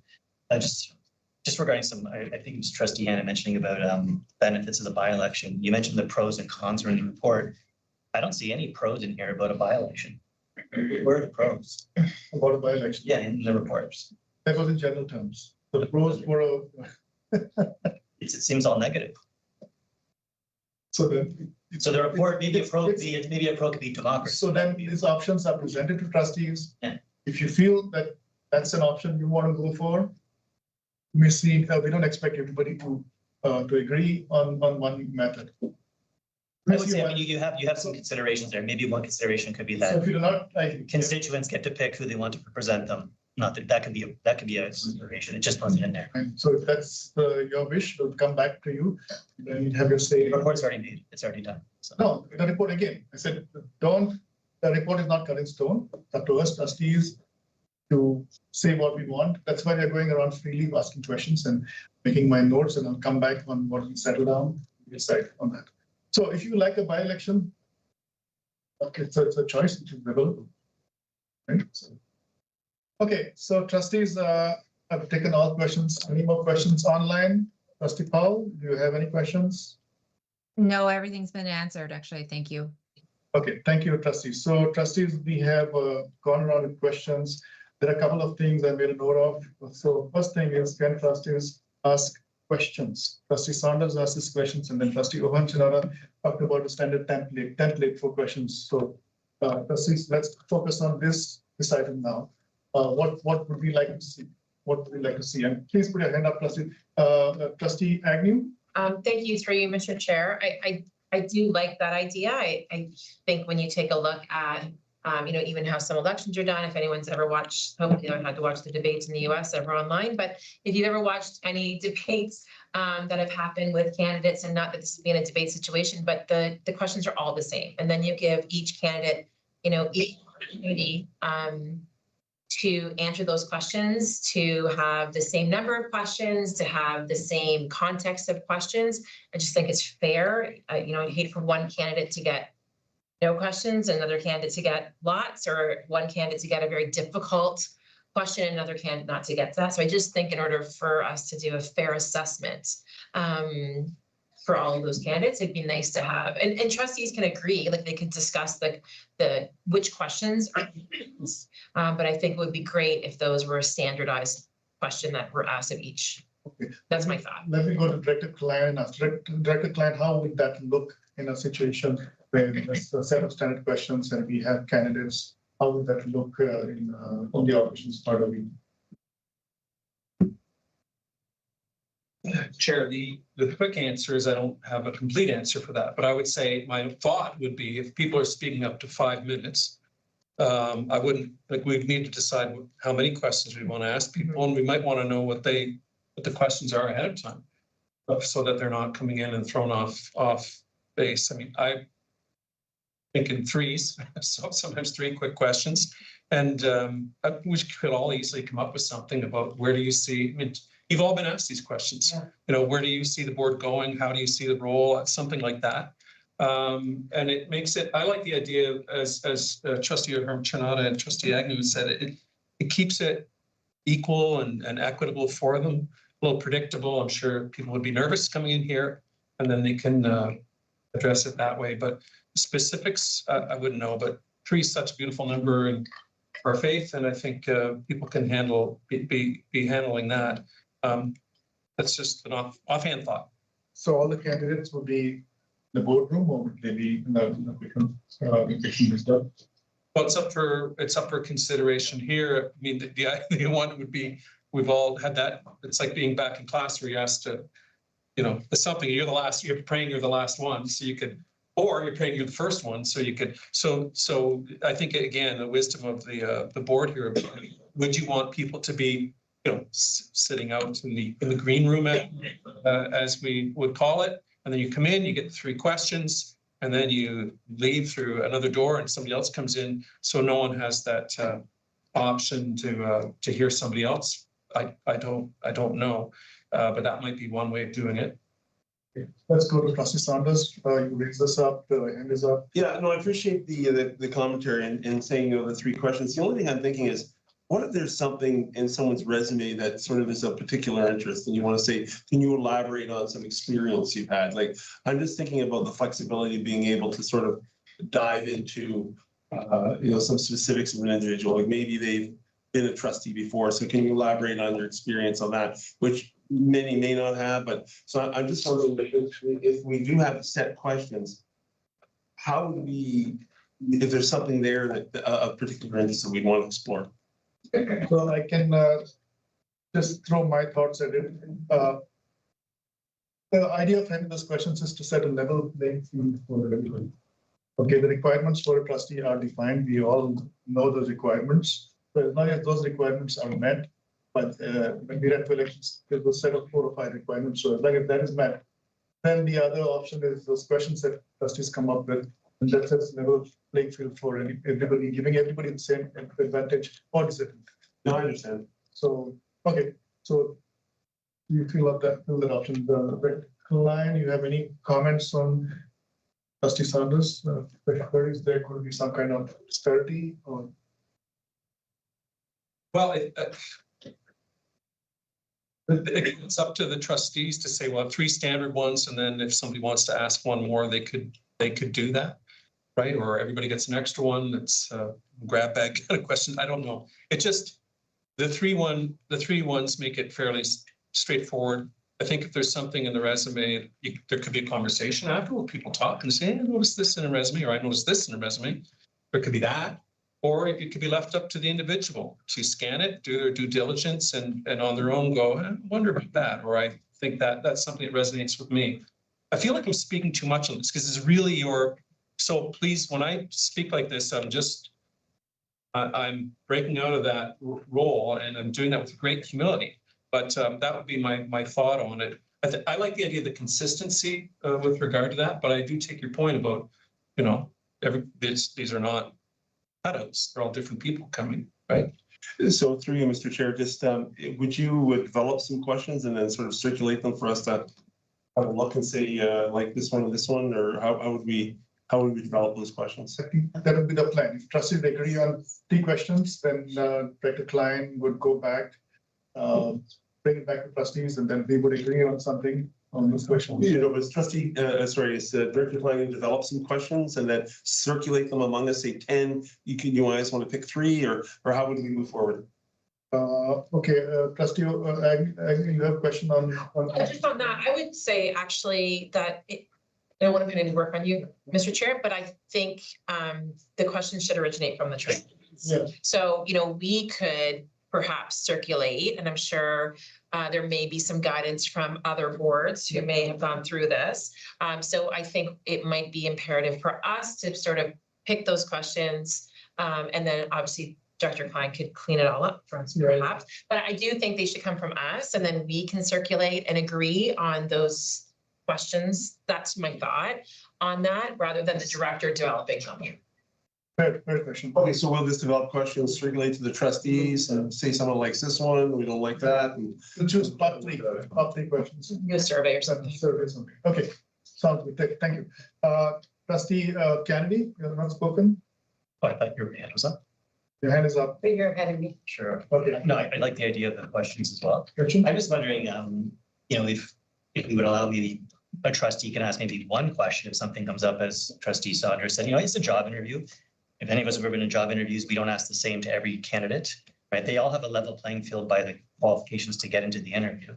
And so, we have presentations for today, and we were able to ask questions. So if you could allow maybe one maximum for a trustee with a, quick answer, then I think that would be reasonable. Okay. Let's go to Trustee Hutchinson. Thank you, Mr. Chair. So a couple things. We do have an association behind us called Oxta.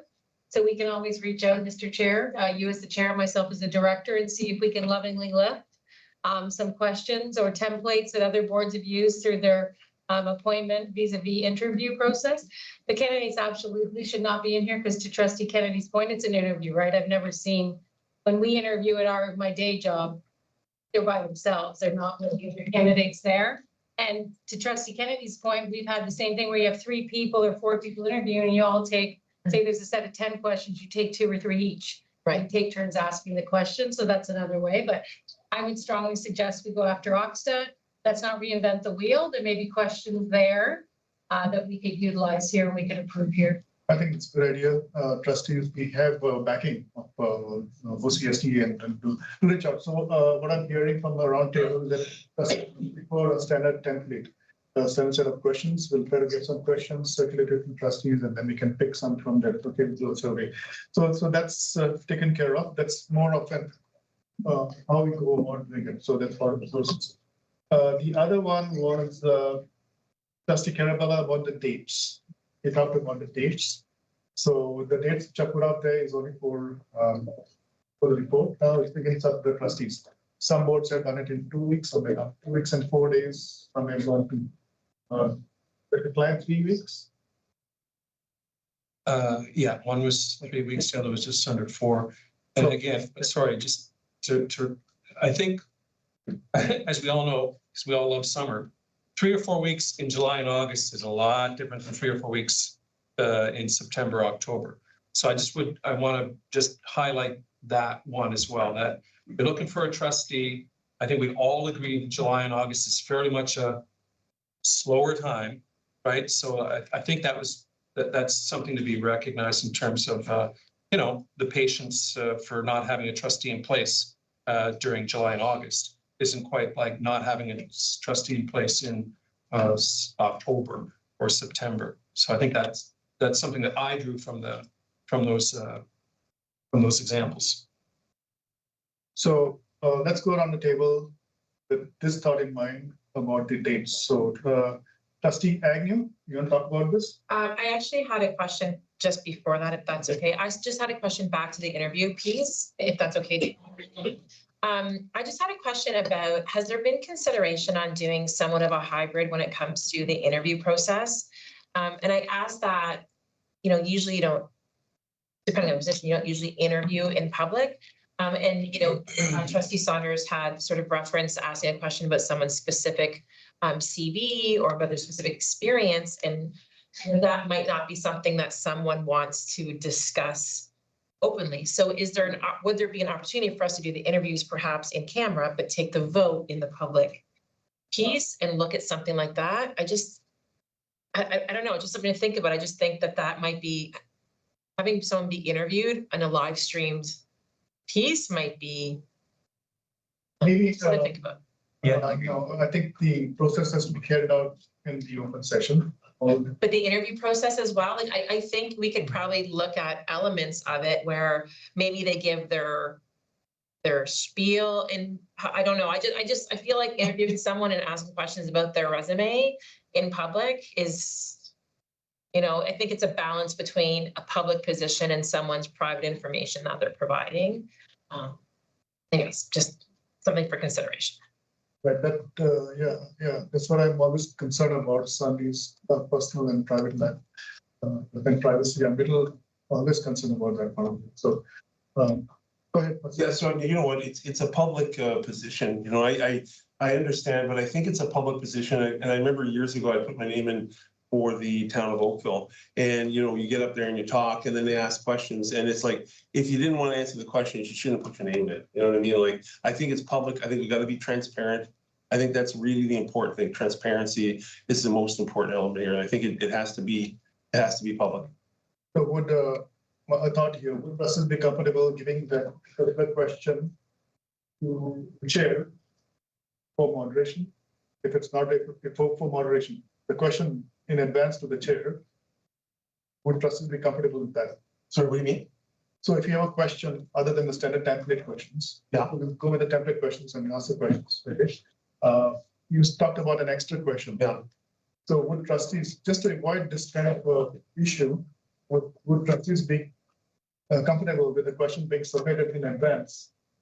And then the chair would ask the question on behalf. No, the trustee would ask a question, but just get it kind of vetted, make sure it's not trampling on anybody's personal life or something like that. I'm okay with that.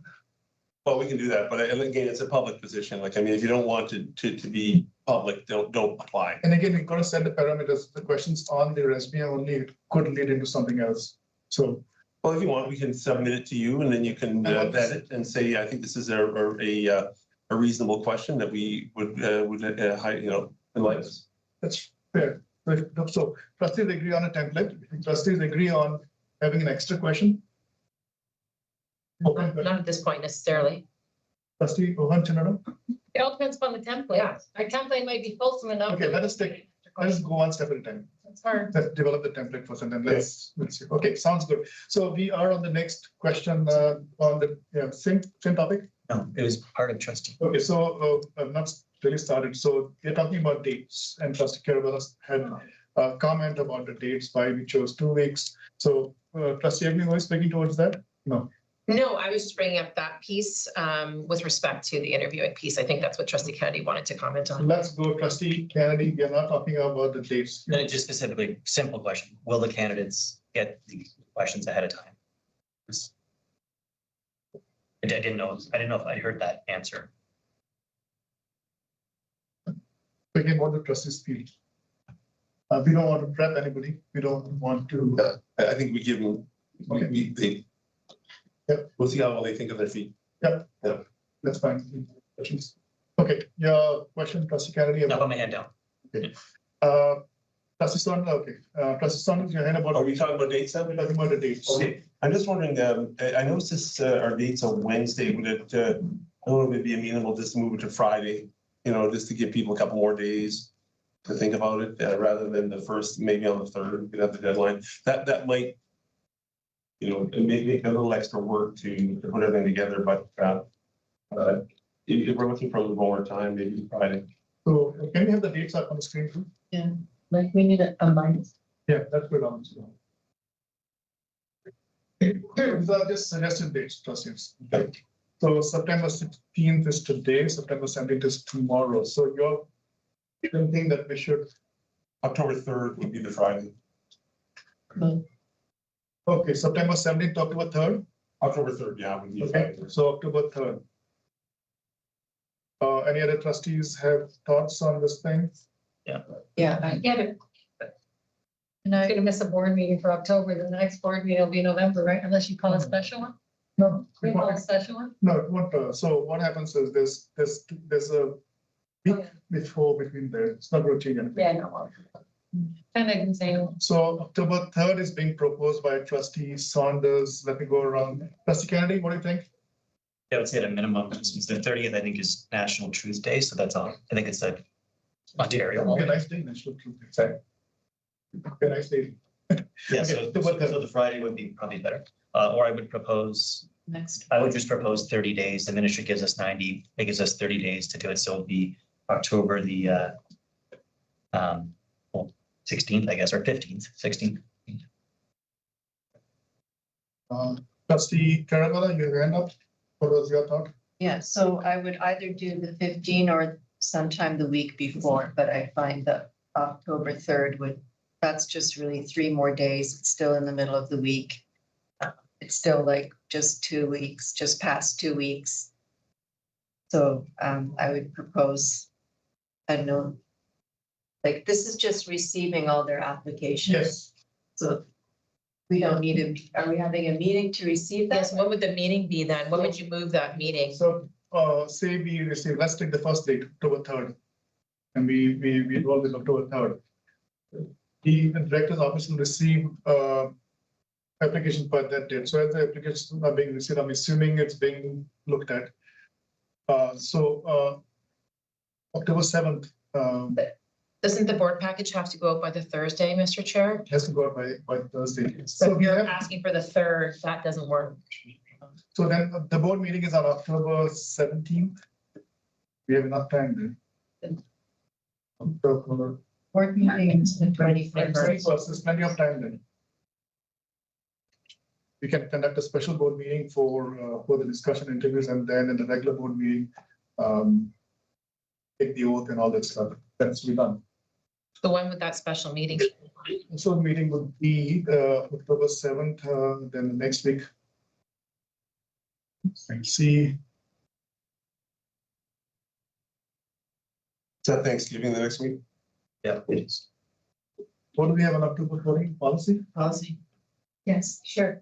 So then it would be a special board meeting, either on Wednesday or Thursday, 15th or 16th, something like that. You can work around those dates, but not something which you cannot decide.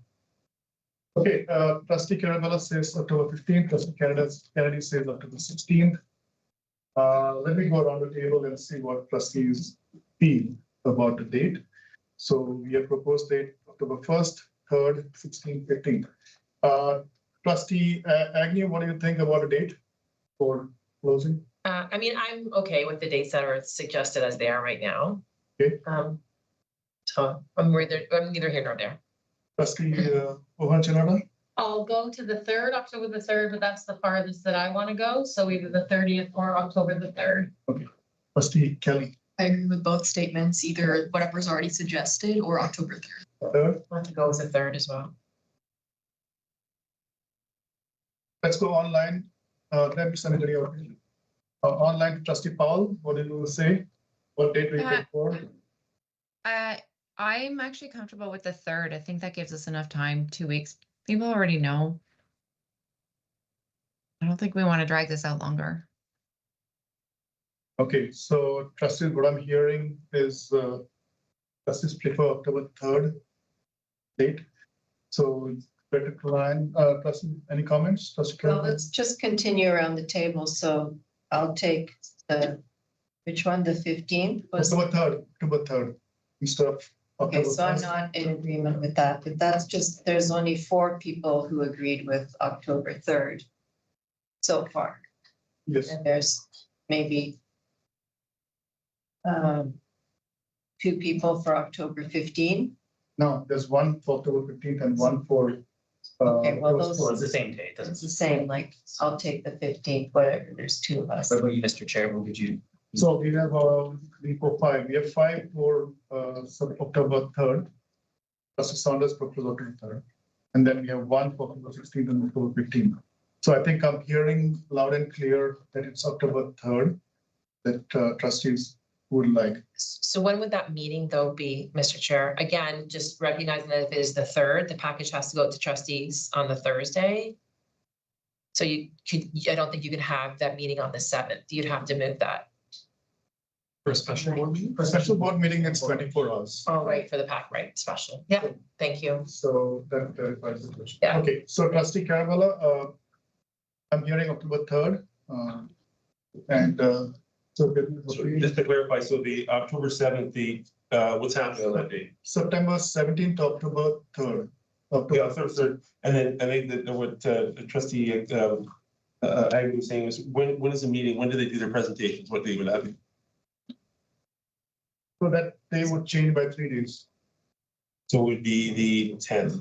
Sorry, I don't want to misquote. That's, I'm just saying, background. that's when we started picking dates. I was like, every date you pick, it could impact the next date. So it's a danger in sort of saying, let's land on that date because it impacts another date. So I'll just throw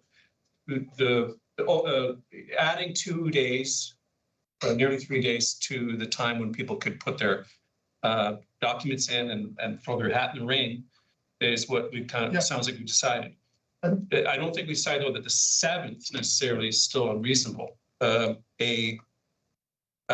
special board meeting, right? The stuff could be to people by the Monday, if not the end of the day on Friday. I'm just trying to envision this. I'm assuming it's not going to be 100 applications.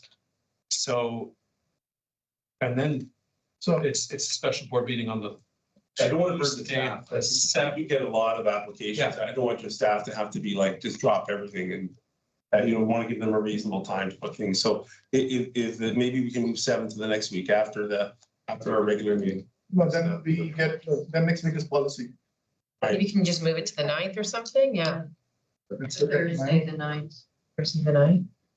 But just in case we get like 50 applications, you know. And we have more time to read the package that comes out as well. Okay, October 9th. Second that. Let's just check the board calendar.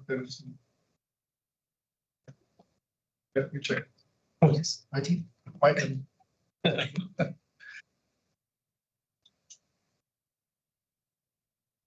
Nothing there on the. If it's the Thursday night, the 9th, and I don't think it fouls it up, but that's also then the date that the package has to go for the next week's regular meeting. Right. Now, would there be anything on that night that impacts it or? It does. Just trying to. No, we'll put a hold. We can put a hold there. Say it again. We can put Next week's policy. Policy. Oh, yeah, sorry. Policy. The next night, the next one is, okay. So yes, trustee Saunders, looks like the date is doable. 7. The 9th. Can we have the dates up again there? So 1st to 3rd, 7th to 9th. That's the shift where I'm hearing. Okay. I think I'm hearing. Okay, so trustee Carabella, your hand is up. Is it for the previous thing? Yes. Trustee Kennedy, your hand is up. Sorry, no, nothing. Okay, so it looks like we have settled on some dates. So September 17th to October 3rd, October 9th, and the special board meeting. Okay. Okay, now let's go to some other topics. Trustee Carabella, go ahead. This is still related because of that submission. Is the cutoff date noon or midnight? It's Friday? Yeah. It's noon. It's Friday. It's up to you. Midnight. If it works for staff noon, like Friday's fine. Okay. you're moving it by a couple of days. I think a noon is realistic. The 3rd, the resume cutoff, and the 9th is the meeting. Yeah. So noon, Friday noon. We don't expect it time. The trustees. midnight. Okay, so sounds good. Okay, so we have settled on that. So now let's come back to the motions before us. We have 2 motions before us. Can we have the motions up?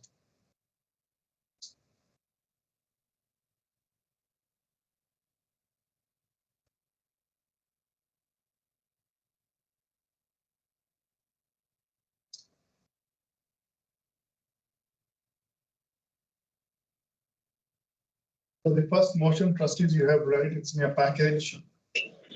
Again, it's not cut in stone. Okay, so this will letting trustees know resolve that the Halton Catholic District School Board of Trustees approve option A, appointments of candidate by open call of nominees applications as outlined in the trustee replacement options report dated September 16th, 2025, from the Director of Education and the process. Till the newly HCDSB Catholic School Trustees vacated seats for Ward 2 and 3, and the dates will change to the 3rd and 9th, right? Trustees are okay with this motion? Mind you, there's another motion for elections. What are your thoughts about that? No? No appetite for motion for elections? The second, there are two motions. We are not yet moved and seconded. No. Okay, so there's online. There's no appetite for election, correct? Or do you have an appetite for elections? Steve Paul?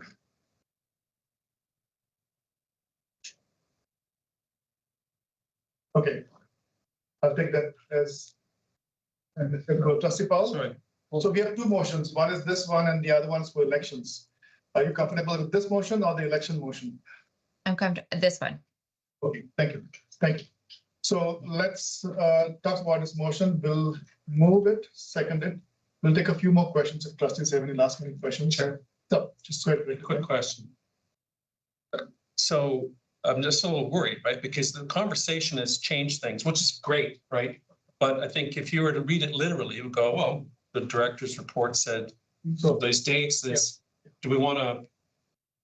No, I get what I'm saying there. Okay. So we talked about it. The date is October 3rd.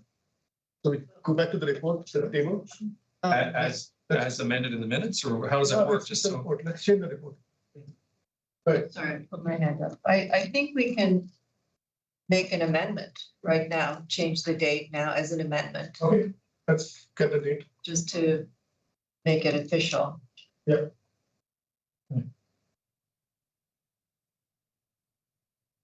Friendly. Friendly amendment, okay.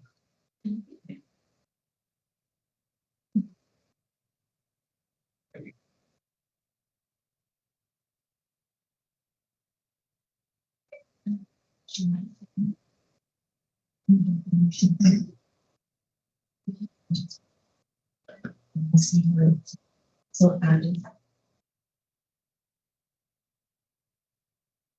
Just for clarification. Clarification, so do we just add those right into the motion? We can. We can. Let's add those dates in there. Probably, right? Or add that table as an attachment to the motion and say for table. Yes.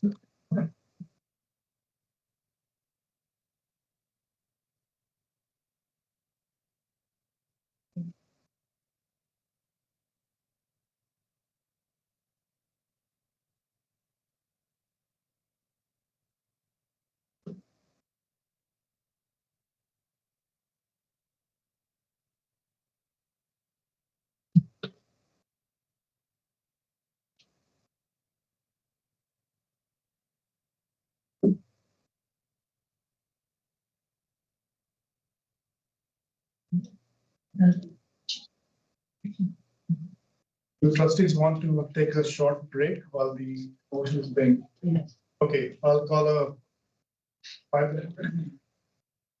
Okay.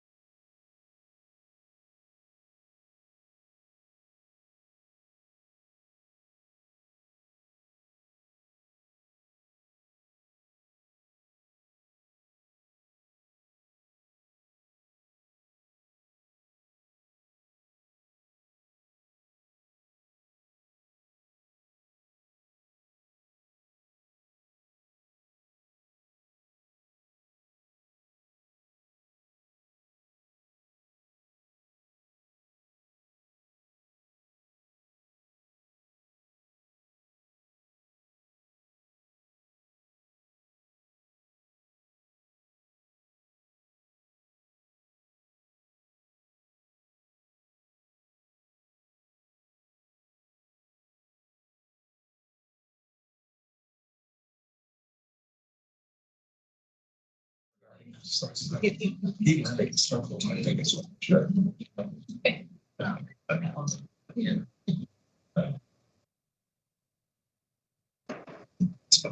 Call to order. We have the motion up.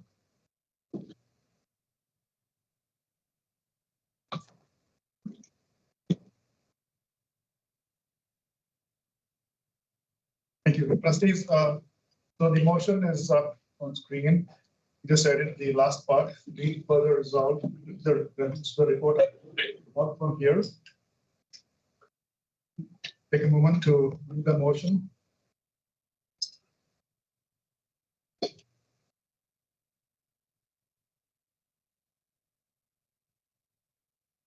I will read the motion out loud.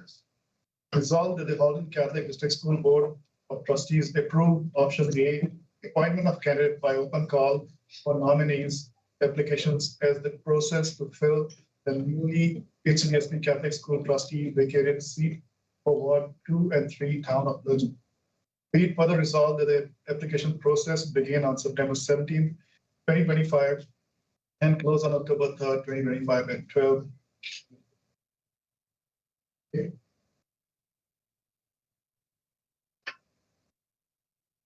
Everybody's okay with this? Put your hand up.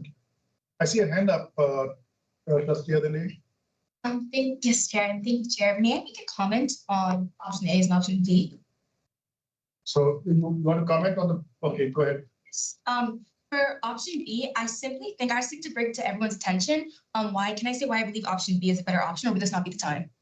No, you can say it because now I'm going to move it and second it. So before we do something that's on the conversation. Okay, thank you. So I'd like to direct everyone to this room to what democracy means.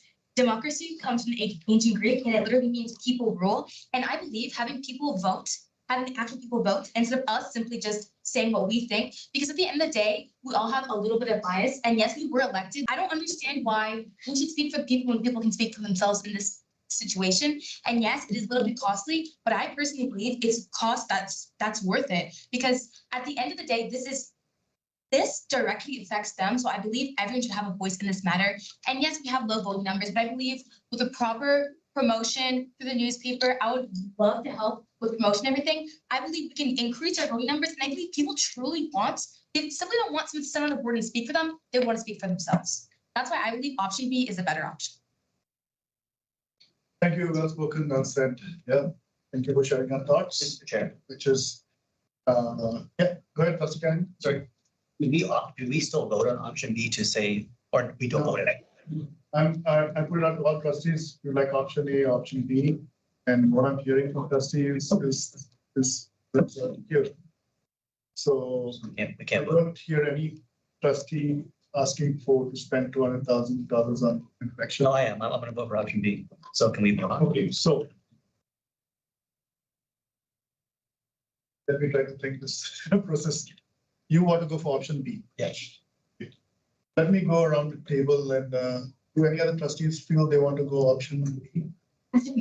Yeah. Thank you.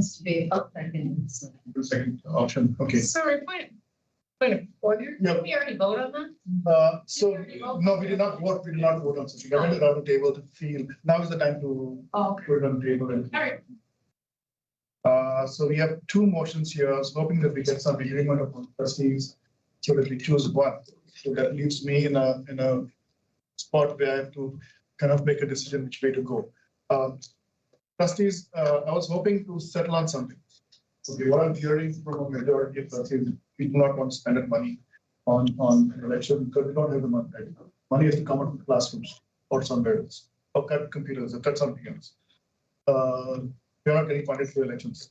So from the ministry, and we know the situation we are in. We are barely making a balanced budget out here. So again, let me come back to the question. We have two motions there, okay? And I want to get a consensus from trustees, and we'll take first motion that we saw on screen. Then I don't know how it's going to work. When you have one motion passed, you can't go to the second motion. Sorry. So if we vote on the first motion and it's successful, then I think that's it. Okay. Thank you for your suggestions. We can do that. I agree. Okay, so let's go with the motion on the screen.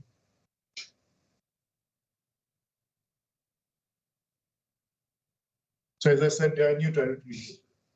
Multiple options. Okay, so trustees, we have the motion in front of us. I have read it loud. I'm going to ask for a mover and a seconder. And then if you have any more questions, we'll take the questions, because I think most of us, for formality's sake, we'll take questions and then we'll proceed with the vote. So trustees, can I ask for a mover, please, at this point in time? Thank you, Mr. Chair. Moved by trustee Agnew. Looking for a seconder, trustees. I can second, Powell. Trustee Powell. The motion is moved and seconded. It is in order. I'm placing it on the table for trustees. So trustees, do we have any last minute questions on this motion? Trustee Kennedy, you have the floor. No, too many. Okay. Trustee Carabella, you have the floor. Is it a question or a comment? Question or comment or debate or whatever. Yeah, I appreciate student trustees. Sorry that you brought that point up. I do feel that the people should vote versus us voting. But yeah, just want to appreciate that she brought that. Thank you. Trustee Hannah? Sir, yeah, Trustee Hannah. That's your hand up and down. Go ahead. Sorry, I think that's just a problem with computers. I do agree that, like in theory, option B seems to be better, but that is $200,000 on a shoestring budget already.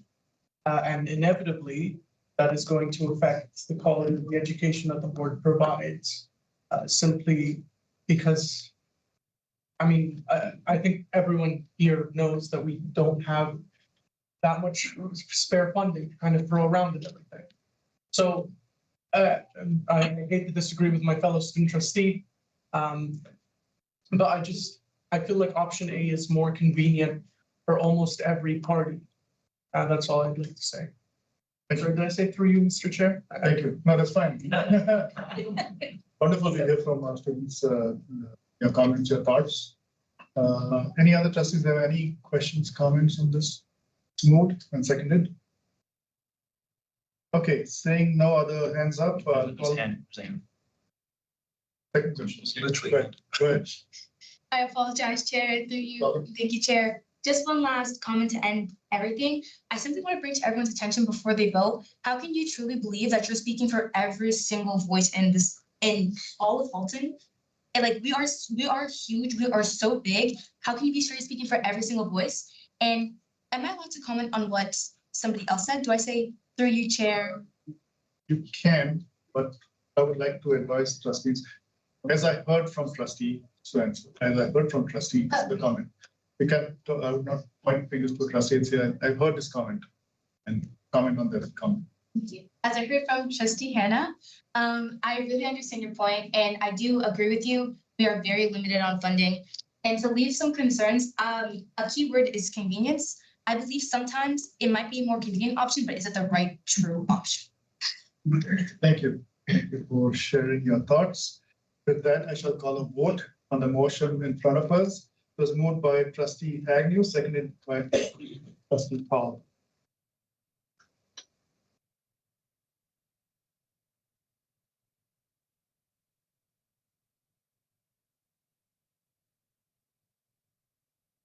Trustee Kelly, how do you vote?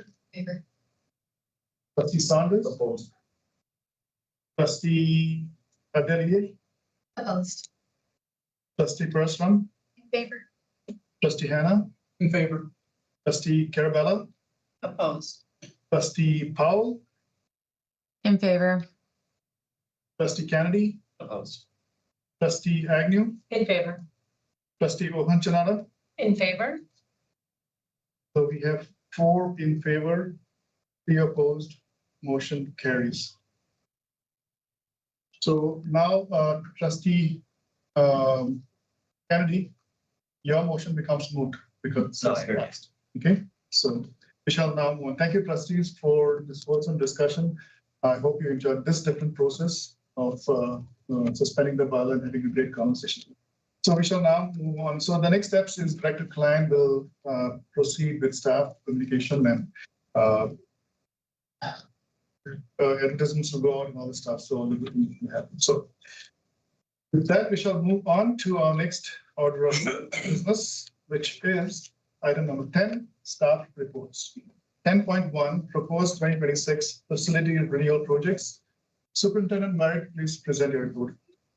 Thank you, Mr. Chair. Through you, we have summer 2026 the facility renewal projects. So continuing to renew our buildings and keep them modern and energy efficient. Projects for proposed projects for September or summer 2026. Those projects include at Notre Dame HVAC improvements, some programming improvements, as well as accessibility improvements. We have roof replacements at St. Dominic's and St. Michael's, HVAC improvements at St. Vincent's, HVAC controls improvements at Corpus Christi, a new dust collector at St. FX, and then interior lighting at St. Catharines and field lighting at Bishop Redding. So all those projects included, the estimated cost is approximately $7.1 million. And that will be funded through our available capital sources and our capital reserve. We currently have roughly 13.6 million available in those different sources. So we propose to bring forward 2 resolutions to the next board meeting, one to approve the projects and then one to approve the budget at approximately $7.1 million. To answer any questions the trustee may have on that report tonight. Thank you, Superintendent Merrick. Trustee, is there any questions for Superintendent Merrick? Trustee Kennedy, your hands up. Thank you, through you, Mr. Chair. You mentioned funding through capital reserves. How much from the capital reserves? I have to have a look. We sum them together. There is not much earmarked money right now in the capital reserve. Most of it's in what they call school condition improvement funding, school renewal allocation, and then we have a new funding source for accessibility purchase as well. So most of it is in that. But I can get back to you on that if you like. So, Mr. Kennedy, follow up. How much from reserves generally? Are there other reserves that we're using or just that one? We have a school capital reserve as well. You don't know how much? I can get back to you on that. Thank you, Trustee. So, want to use this as a prop? I was going to say, that's for The mic's up there. Go ahead, Superintendent. through Mr. Chair, if it's okay. Good. I prefer not to use as much capital reserves as I can, because as mentioned before, when we use capital reserves, we're paying for it twice. We've already set that money aside. And then as we amortize that asset or that construction project, it actually theoretically puts us in a deficit. So we prefer not to use a capital reserve. And many of our other funding sources like SRA and SCI and the accessibility funding all have dedicated timelines. So accessibility must be spent this year, and then SRA and SCI have to be spent in 2 years.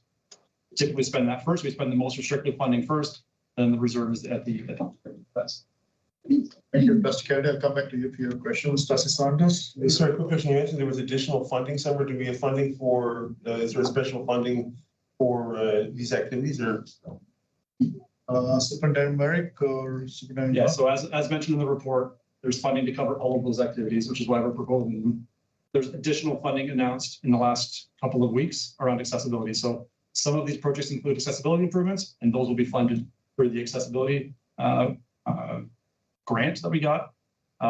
Most accessibility projects are very small in nature. The ones that make your report today are just anything over $250,000. So anything over $250,000 we bring to board. Smaller projects would be funded just through kind of general. We still follow the same purchasing processes, but we don't bring them to board. Quick follow-up. Right. Sorry, how much was the grant that we received? It's $2.8 million. And will we use the entire amount in this project? It definitely will, because if we don't, it evaporates on August 31st.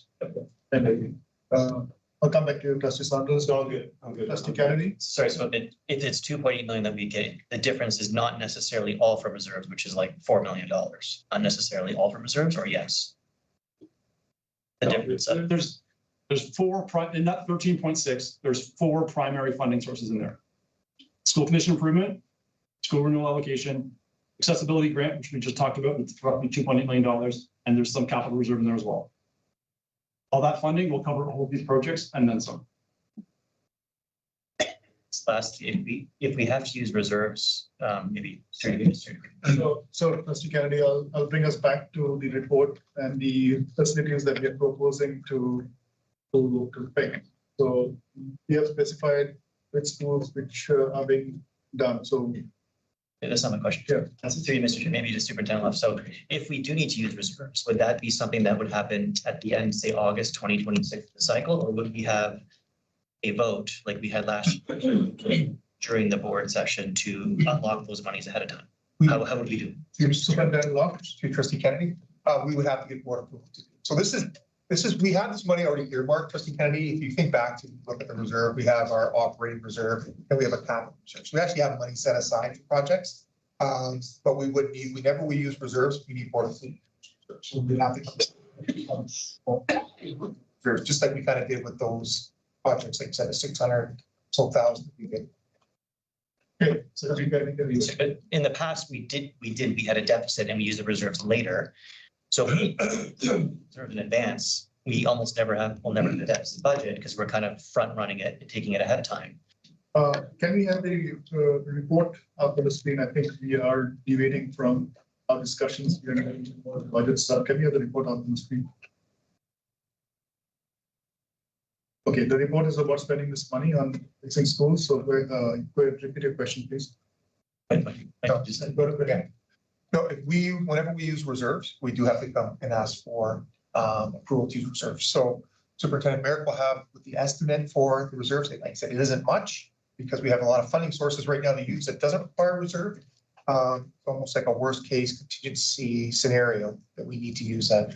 You are correct. If we are in a deficit, we just don't know about that deficit until we come to board, right? So in past years, we ended up with the deficit. We needed board approval to use a reserve to cover off the deficit. Or conversely, when we have a unbalanced budget, we're in a debt, ask for trustee approval to spend over. But in this case here, we definitely need to know the dollar amount that we have to ask for permission to use reserves. So before that vote is occurring, we would have to know what that amount is. I don't expect with these projects that we'll have to spend any in the reserve. There isn't much left there anyways now, but I don't expect over there. And I think you're confusing operating reserve, which we used to spend. This is capital reserve, so a different pool of money than we have from the leftover operating funds at the end of the year. Just lastly, follow up. Just so why is there not as much left? I know that I've noticed it's been going down over the years. Why is it going down? The capital reserve? Yeah. The biggest thing that we fund out of our capital reserve is our turf fields. So our turf fields, the SCI, the SRA, the accessibility money, you can't spend that on turf fields. So we put that money away. We actually took in community use revenue. So we actually charge people to use our fields. We put that money away in our reserve. And then roughly every 10 to 12 years, we have to replace our turf fields. We're coming through a cycle now. I think we have one left to do. We're getting down to the end of that and we don't have any plan for summer. Thanks. Thank you, Trustee Kennedy. Thank you, Superintendent Merrick, for presenting the proposed Matrix 6 facility report. We now move on to our next order of business is information items. Item number 11.1, Director's Report. Director Klein, please present your report. Thank you, Chair. I'm going to go through this fairly quickly. I'll wait for the here. Bless you. Thank you.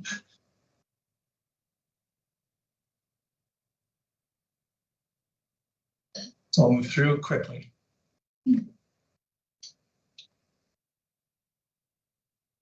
Many people in this room, many people in the province are waiting for the eagerly awaited EQAO results.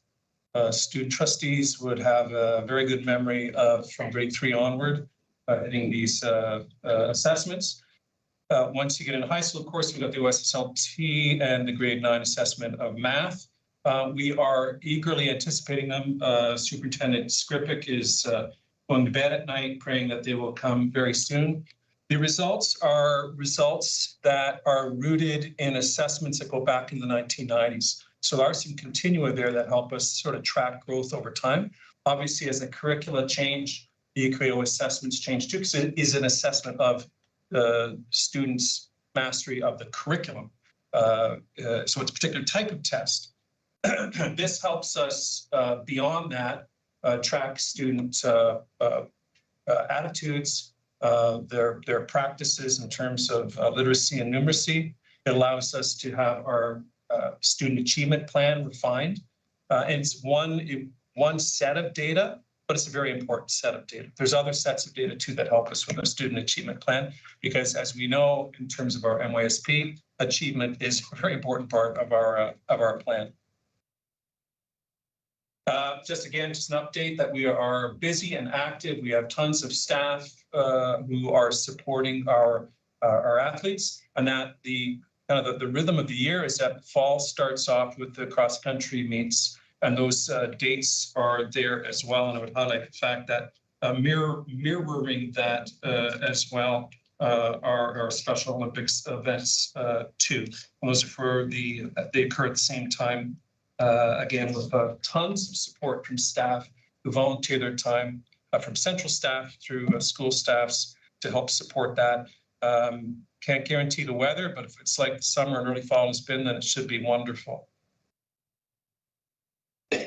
Again, rhythm of the school year is that the bishop, and again, our bishop still is Bishop Crosby, every year for well over a decade, has called us together in the diocese to celebrate the diocesan Mass of Celebration for Catholic Education. This year it is held at the Cathedral in Hamilton. Who hosts it switches around. And this year it is the Conseil Scolaire Catholique Mon Avenir, so the Catholic French school board in our region.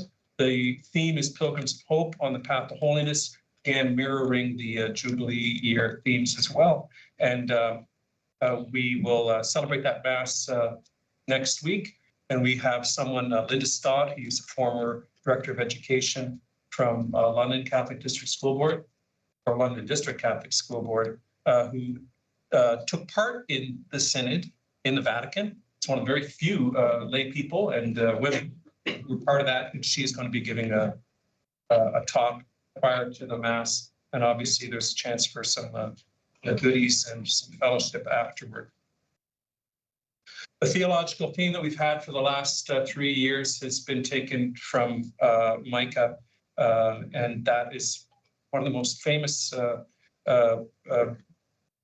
scripture pieces from the Hebrew scriptures, and that is, again, what does the Lord require of you but to do justice, love kindness, and walk humbly with your God. And each year we've broken that down in terms of a sub-theme. This year the sub-theme is from walking humbly is humility. And so we're trying to integrate that into much of what we do. And again, just to highlight that for schools and for the board on the whole, we've had our central team work in terms of building up resources and activities that reflect that really important and undervalued virtue of humility. Okay. We're ending off our theme of having heroes of hope, which again mirrors the Diocese of Hamilton's campaign. And we'll head that into September and October as we head toward the end of the Jubilee year. And where we nominate and celebrate those who somehow exemplify the living out of the Gospels. That can be anyone in our school communities and board communities, trustees too, I would imagine. Nominees can be anybody from school community, staff, students, parents, community members who exemplify the value of humility. Then there's a deadline, October 15th, and we celebrate them in various manners as we head towards the season of Advent. Our Faith in Action series, again, is something we're very excited to launch.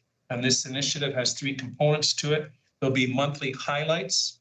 Those monthly highlights will be focusing on one family of schools. So each family of school kind of rotates through, and I think you see in it, we start off with the Assumption Family Schools, and it works each month through different family of schools. And they are called upon, not that other families of schools aren't doing anything on those days, on those months, but to somehow be more focused on those and to offer to the board examples of what they're doing within their families of schools that show the faith in action. So there'll be monthly highlights for those. There'll be a feature story for each month on one particular school in that family of schools. And again, coming up in this upcoming month, that's Assumption. And then as part of a director's report to the school communities and the board communities, we would be giving highlights of what everything in this case is going on with Assumption and to celebrate that. And there's a submission process. The schools are aware of this. Assumption is triply aware of this, and we'll be looking forward to the stories of that will be garnered and sent to us. Clearly, over the last several years to focus on mental health of our students and staff and our communities has become more relevant, more salient, more of a value for us, not only here as board, but provincially, and I think we would all agree nationally and internationally. So we have from all of our schools the opportunity to send representatives. For the elementary schools, I think it's grades 6 to 8. There would be candidates chosen to attend on Friday, the 26th, a system-wide mental health leadership event. Through that day, they have the opportunity to, again, gain a little more literacy in terms of mental health, be able to share some ideas around that. We have a speaker who's coming to engage them, to teach them, and be opportunity then for them to go back to their schools and help facilitate meaningful discussions around mental health, which we all know is something that is made more relevant and something that is addressed when we talk about things and we address them clearly and openly. As was noted earlier, I think by the chair, just a reminder that September 30th is National Day for Truth and Reconciliation. Obviously on that day too, we have Orange Shirt Day. That's an opportunity for those of us to wake up and remember that it's Orange Shirt Day, grab it from the closet and bring it. And again, as an opportunity to recognize the fact that wonderful country we live in also has some opportunity to heal and opportunity to atone for some dark days in the past. And to that end as well, we have at all our schools, all our sites, including here, the survivors flag that for this year has been raised for the entire month of September. Again, the great line has been probably, I won't say overused, but used a lot, comes from Justice Sinclair, which is the line more or less that it was education that got us into this problem. It will be education that helps us emerge from this problem. And as people of the resurrection, we absolutely know that means that we emerge from this to new life and the kingdom of justice. Kindergarten, what? That's next year, but we're already starting to think about the open houses for kindergarten. The dates for Burlington, Oakville, Halton Hills, and Milton are there because, believe it or not, particularly as we head into the late fall, people do begin to think about that. You begin to think about sometimes around Thanksgiving, what are we doing in the months and year ahead? And it's an opportunity for people to get more information about the kindergarten program overall, and of course, what kindergarten looks like at their a particular school.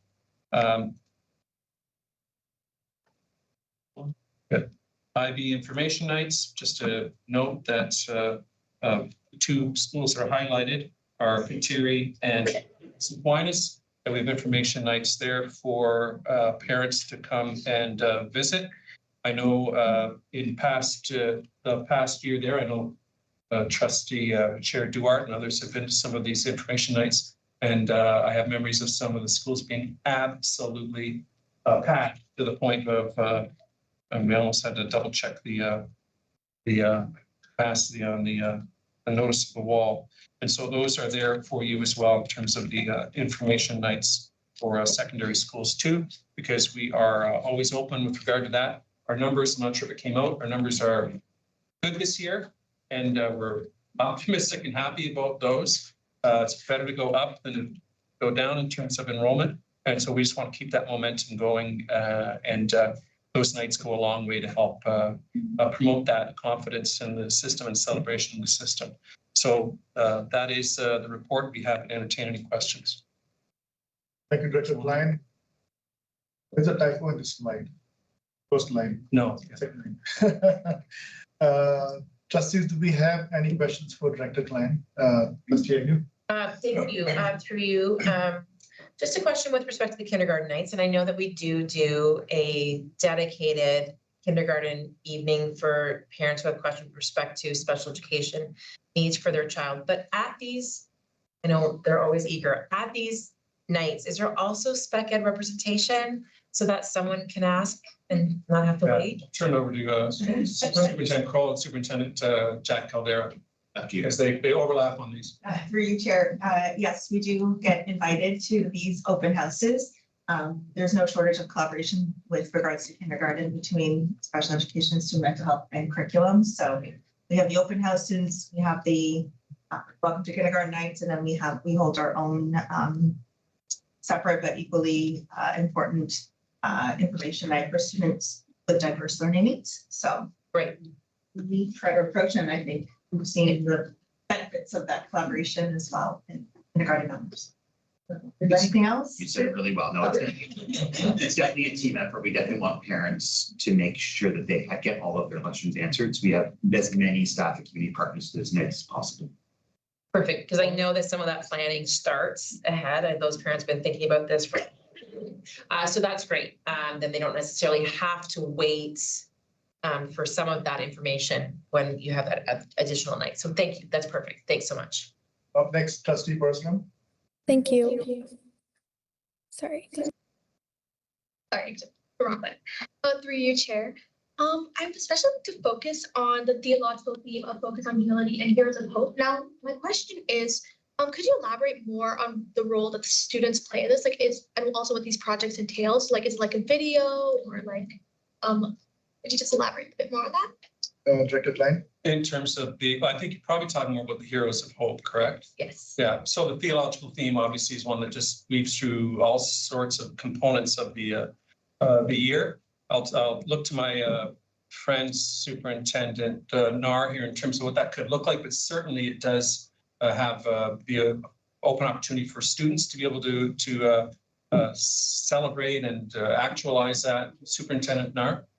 Certainly. So we share a memo out with all of the school administrators at schools, and then they share it with their communities. So students, staff, community members are welcome to nominate people that fit that particular theme. So the theme is in the memo. And then the principal gathers all of those nominations. They select one from the school, and then those the ones that are coming from each of the schools are featured on the board website.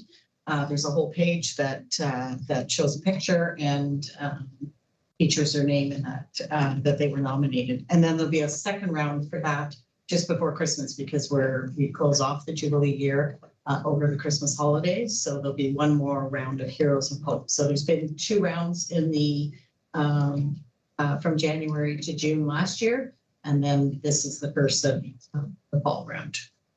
Thank you. Any follow-up? Is this something that my fellow trustees and I can bring to our Senate to advocate for? So like, nominating. Sure. Thank you. Trustees, any further questions for Director Klein? Thank you, Director Klein, for your report. We shall now move on to item 11.2, equity audit progress report. Ms. Gerelman, please present your report. Good evening. Thank you, and through you, Mr. Chair. So we're pleased to present the Equity Audit Progress Report 2024. There are 37 recommendations in the Equity Audit Report, which was released in December 2023. The recommendations pertain to policy amendments and programs, shared leadership, capacity building, accountability and transparency, and inclusive curriculum. The recommendations align with and augment the ongoing work of our board to advance system equity. The progress report in front of you contains highlights of system-level initiatives undertaken in alignment with the recommendations of the equity audit over the course of 2024. I want to acknowledge and thank my colleagues on the senior team for their contributions to the work and to the report. The report highlights the work of many departments across Halton Catholic, as we know that equity is a shared responsibility for everyone at the board. We recognize that the work of advancing system equity in Halton Catholic is inherently tied to our new multi-year strategic plan. It is urgent and requires consistent action and resources to ensure meaningful success in dismantling systemic racism and discrimination across the board in order to create healthy, equitable, and inclusive school climate for all equity-deserving groups. We also recognize that the work of advancing system equity while dismantling all forms of oppression is the work of doing justice, loving kindness, and walking humbly with God. This work is integral to our commitment to students, families, and staff, and reflective of our mission, vision, and values at Halton Catholic. So the report is attached for information. Happy to answer any questions. Thank you, Chairman. Trustees, any questions or comments on the report? Trustee Carabella, go ahead. I see your hand up. I know I'm trying to get my hand up. Thank you, Mr. Chair. Through you, Mr. Chair. Just on page 96, I guess, on the policy amendments and programs.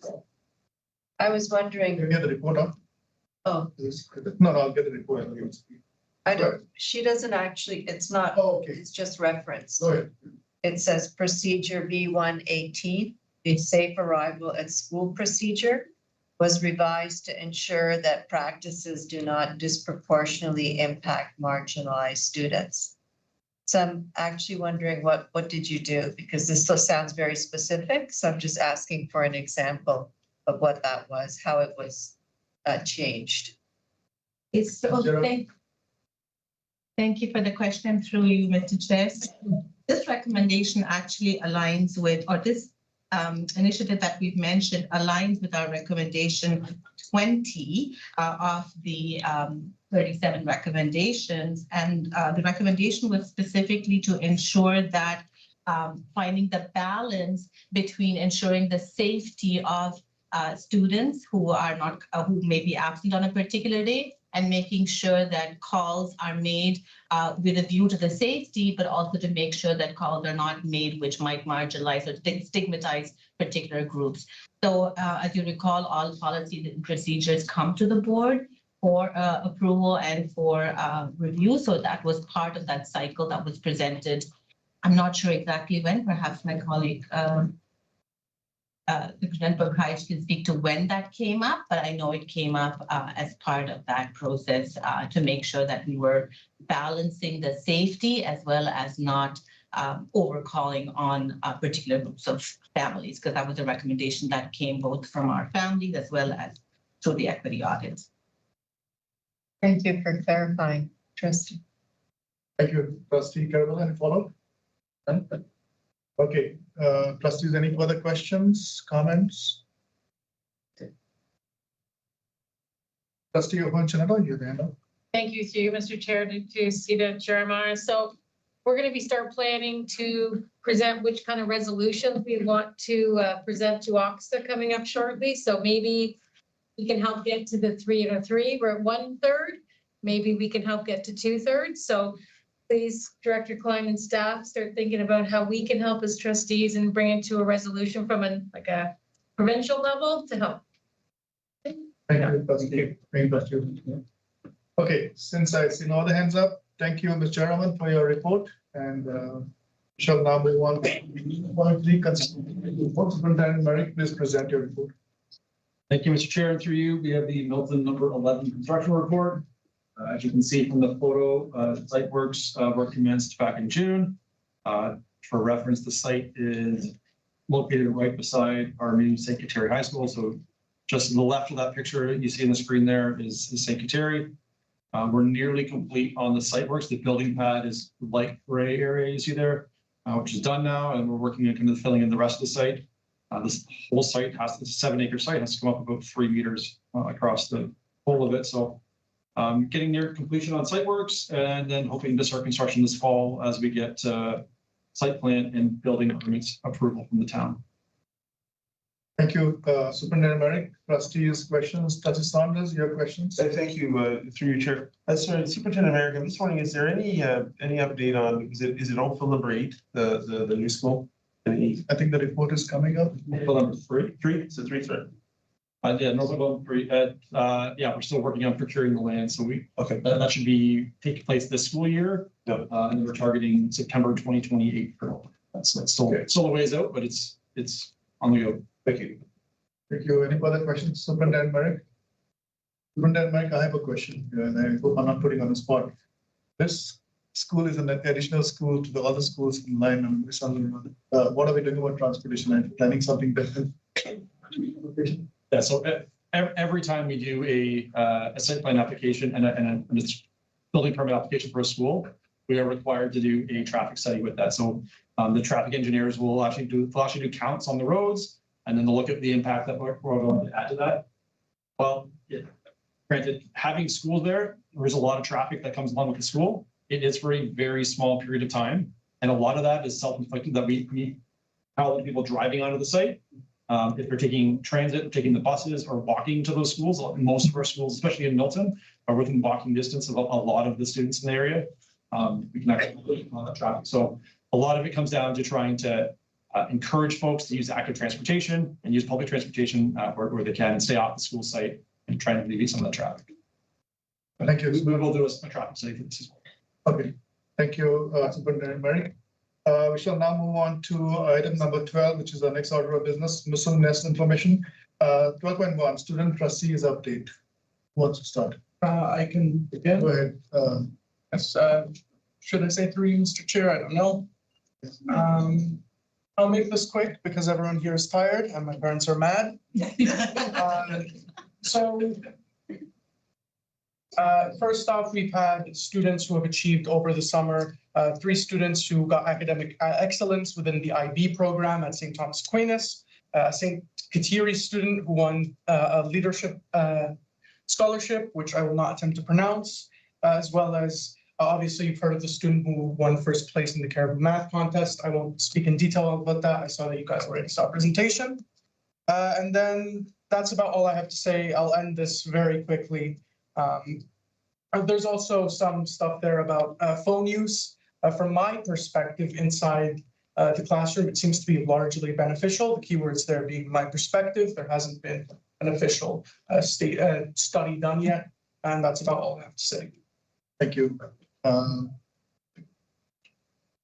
Living. Thank you, Chair. Welcome to you, Chair. So I'm going to summarize it for the point of time, but for a pillar of believing. So I'm not going to read all of it, but faith has always been a cornerstone of Catholic education. So we've seen this through Osteica. We've seen it through multiple presentations following the Brock presentation, lots of new Senate policies, such as Truth and Reconciliation Subcommittee that I'm pretty sure Bellini will touch on under belonging. And simply, if I could summarize it in a couple words, because there is a whole report attached and it is a little bit lengthy, and for the purpose of time, we've had lots of new things in place. We have lots of new things coming, and the biggest things are the Truth and Reconciliation Subcommittee. We've seen work in Osteica, and Maya Bellini's broad presentation has enforced our believing aspect of the Catholic faith. Thank you. So now on to our next pillar, which is belonging.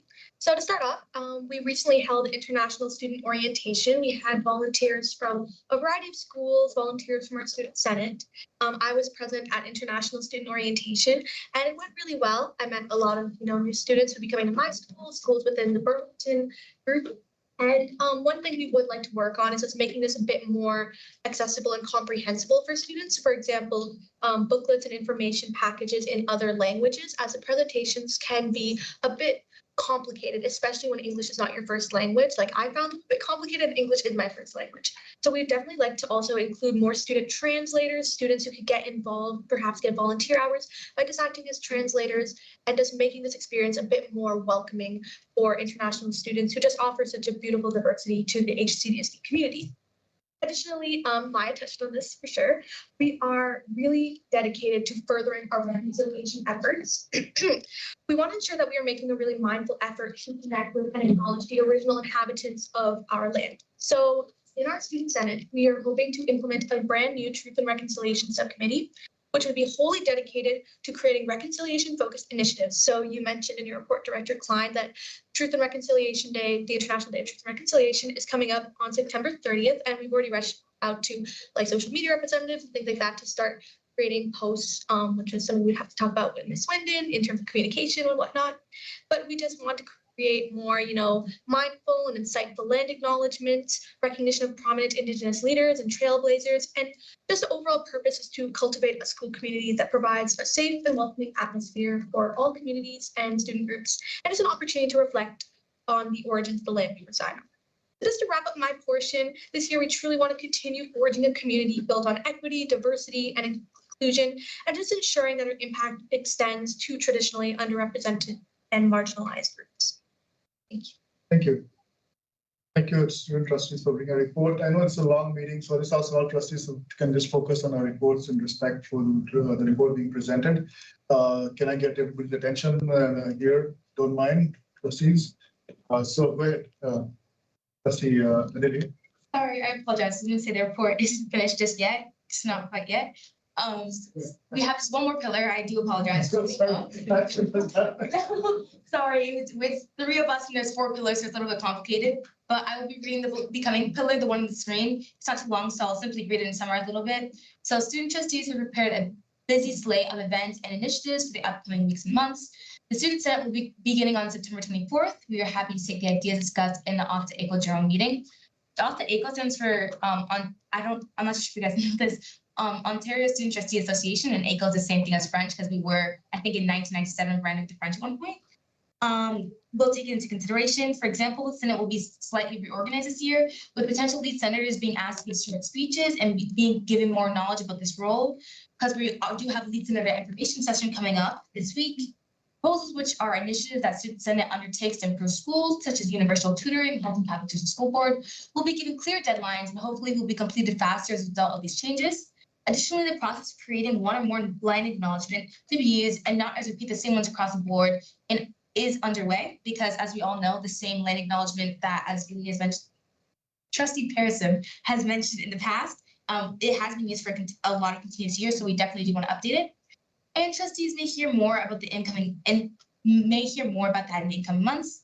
This year, we plan to focus on mobilization and productivity, especially with regards to Student Senate.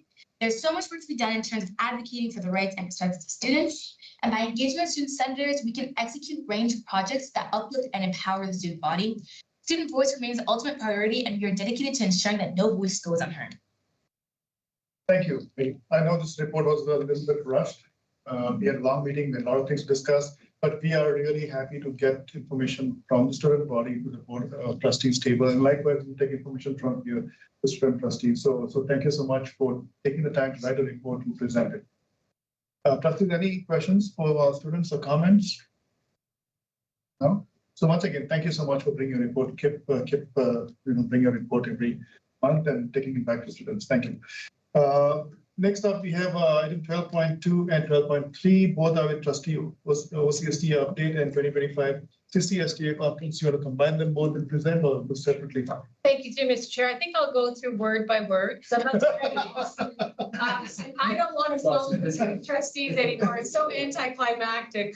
No, I will summarize. So in your package, we can all read it, is the CCSTA report. We had a conference there at the end of the year, June 2025.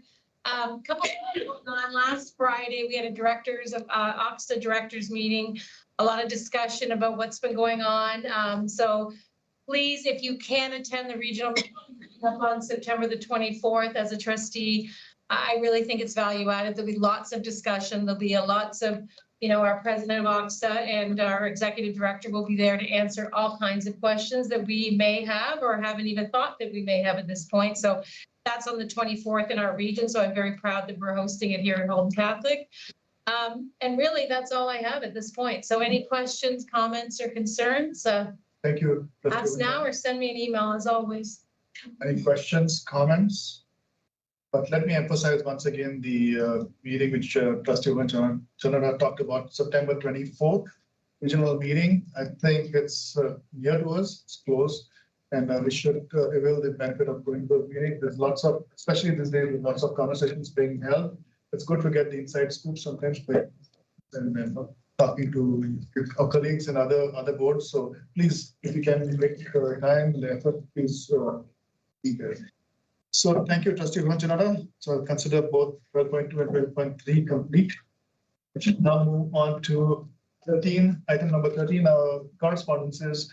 We move to open question period, which is our extraordinary business. Director Klein, do we have any questions submitted for open question period? Sure, we do not. Thank you, Director Klein. Item number 15, in camera. We do not have to go in camera, so we shall move on to resolution regarding absentees. We have all trustees present today, so we shall move to item number 17, which is adjournment and closing prayer. May I have a motion to adjourn, please? Trustee Saunders moves. I think for a seconder. Trustee, I'll have to vote with trustee, head up trustees, yeah. Trustee Carabella? Trustee Carabella, all in favor? Favor. Anything opposed? Seeing none, motion carries. Trustee Agnew, please lead us in the closing prayer. Great, thank you, Mr. Chair. So this is a prayer that was brought to me. I moderate a group for about 4,000 families who have children with neurodiversities. And one of our members was having a really tough time this week with their child going back to school and all the feelings that comes up with that. And so another member shared this prayer, and it really sort of hit home. So it's called A Parent's Back to School Prayer for Your Child with a Disability. If you join me in the sign of our faith, in the name of the Father, and the Son, and the Holy Spirit. I pray my child is embraced for who they are. I pray they are wanted not in spite of their differences, but because of them. May their diversity be celebrated. I pray teachers and staff have a healthy balance of patience and high expectations because they are capable of much. God, I pray you open up my child's mind with readiness to grow. May they learn more about your world so that they can fully embrace the beautiful life you've given them. God, I pray kindness abounds. May it flow steadily from both kids and adults through the classroom, playground, and hallways. Beyond kindness, beyond inclusion, I pray my child makes a real friend because life is hard. Having a disability in an inaccessible world can be complicated, and we all need someone to lean on. God, this is my prayer above all, more than academic progress or meeting IEP goals. I pray my child walks into school every day knowing they belong. In the name of the Father, and the Son, and the Holy Spirit. Amen. Thank you, Trustee Agnew. Thank you for a great meeting tonight. My kids. I'll be your first one.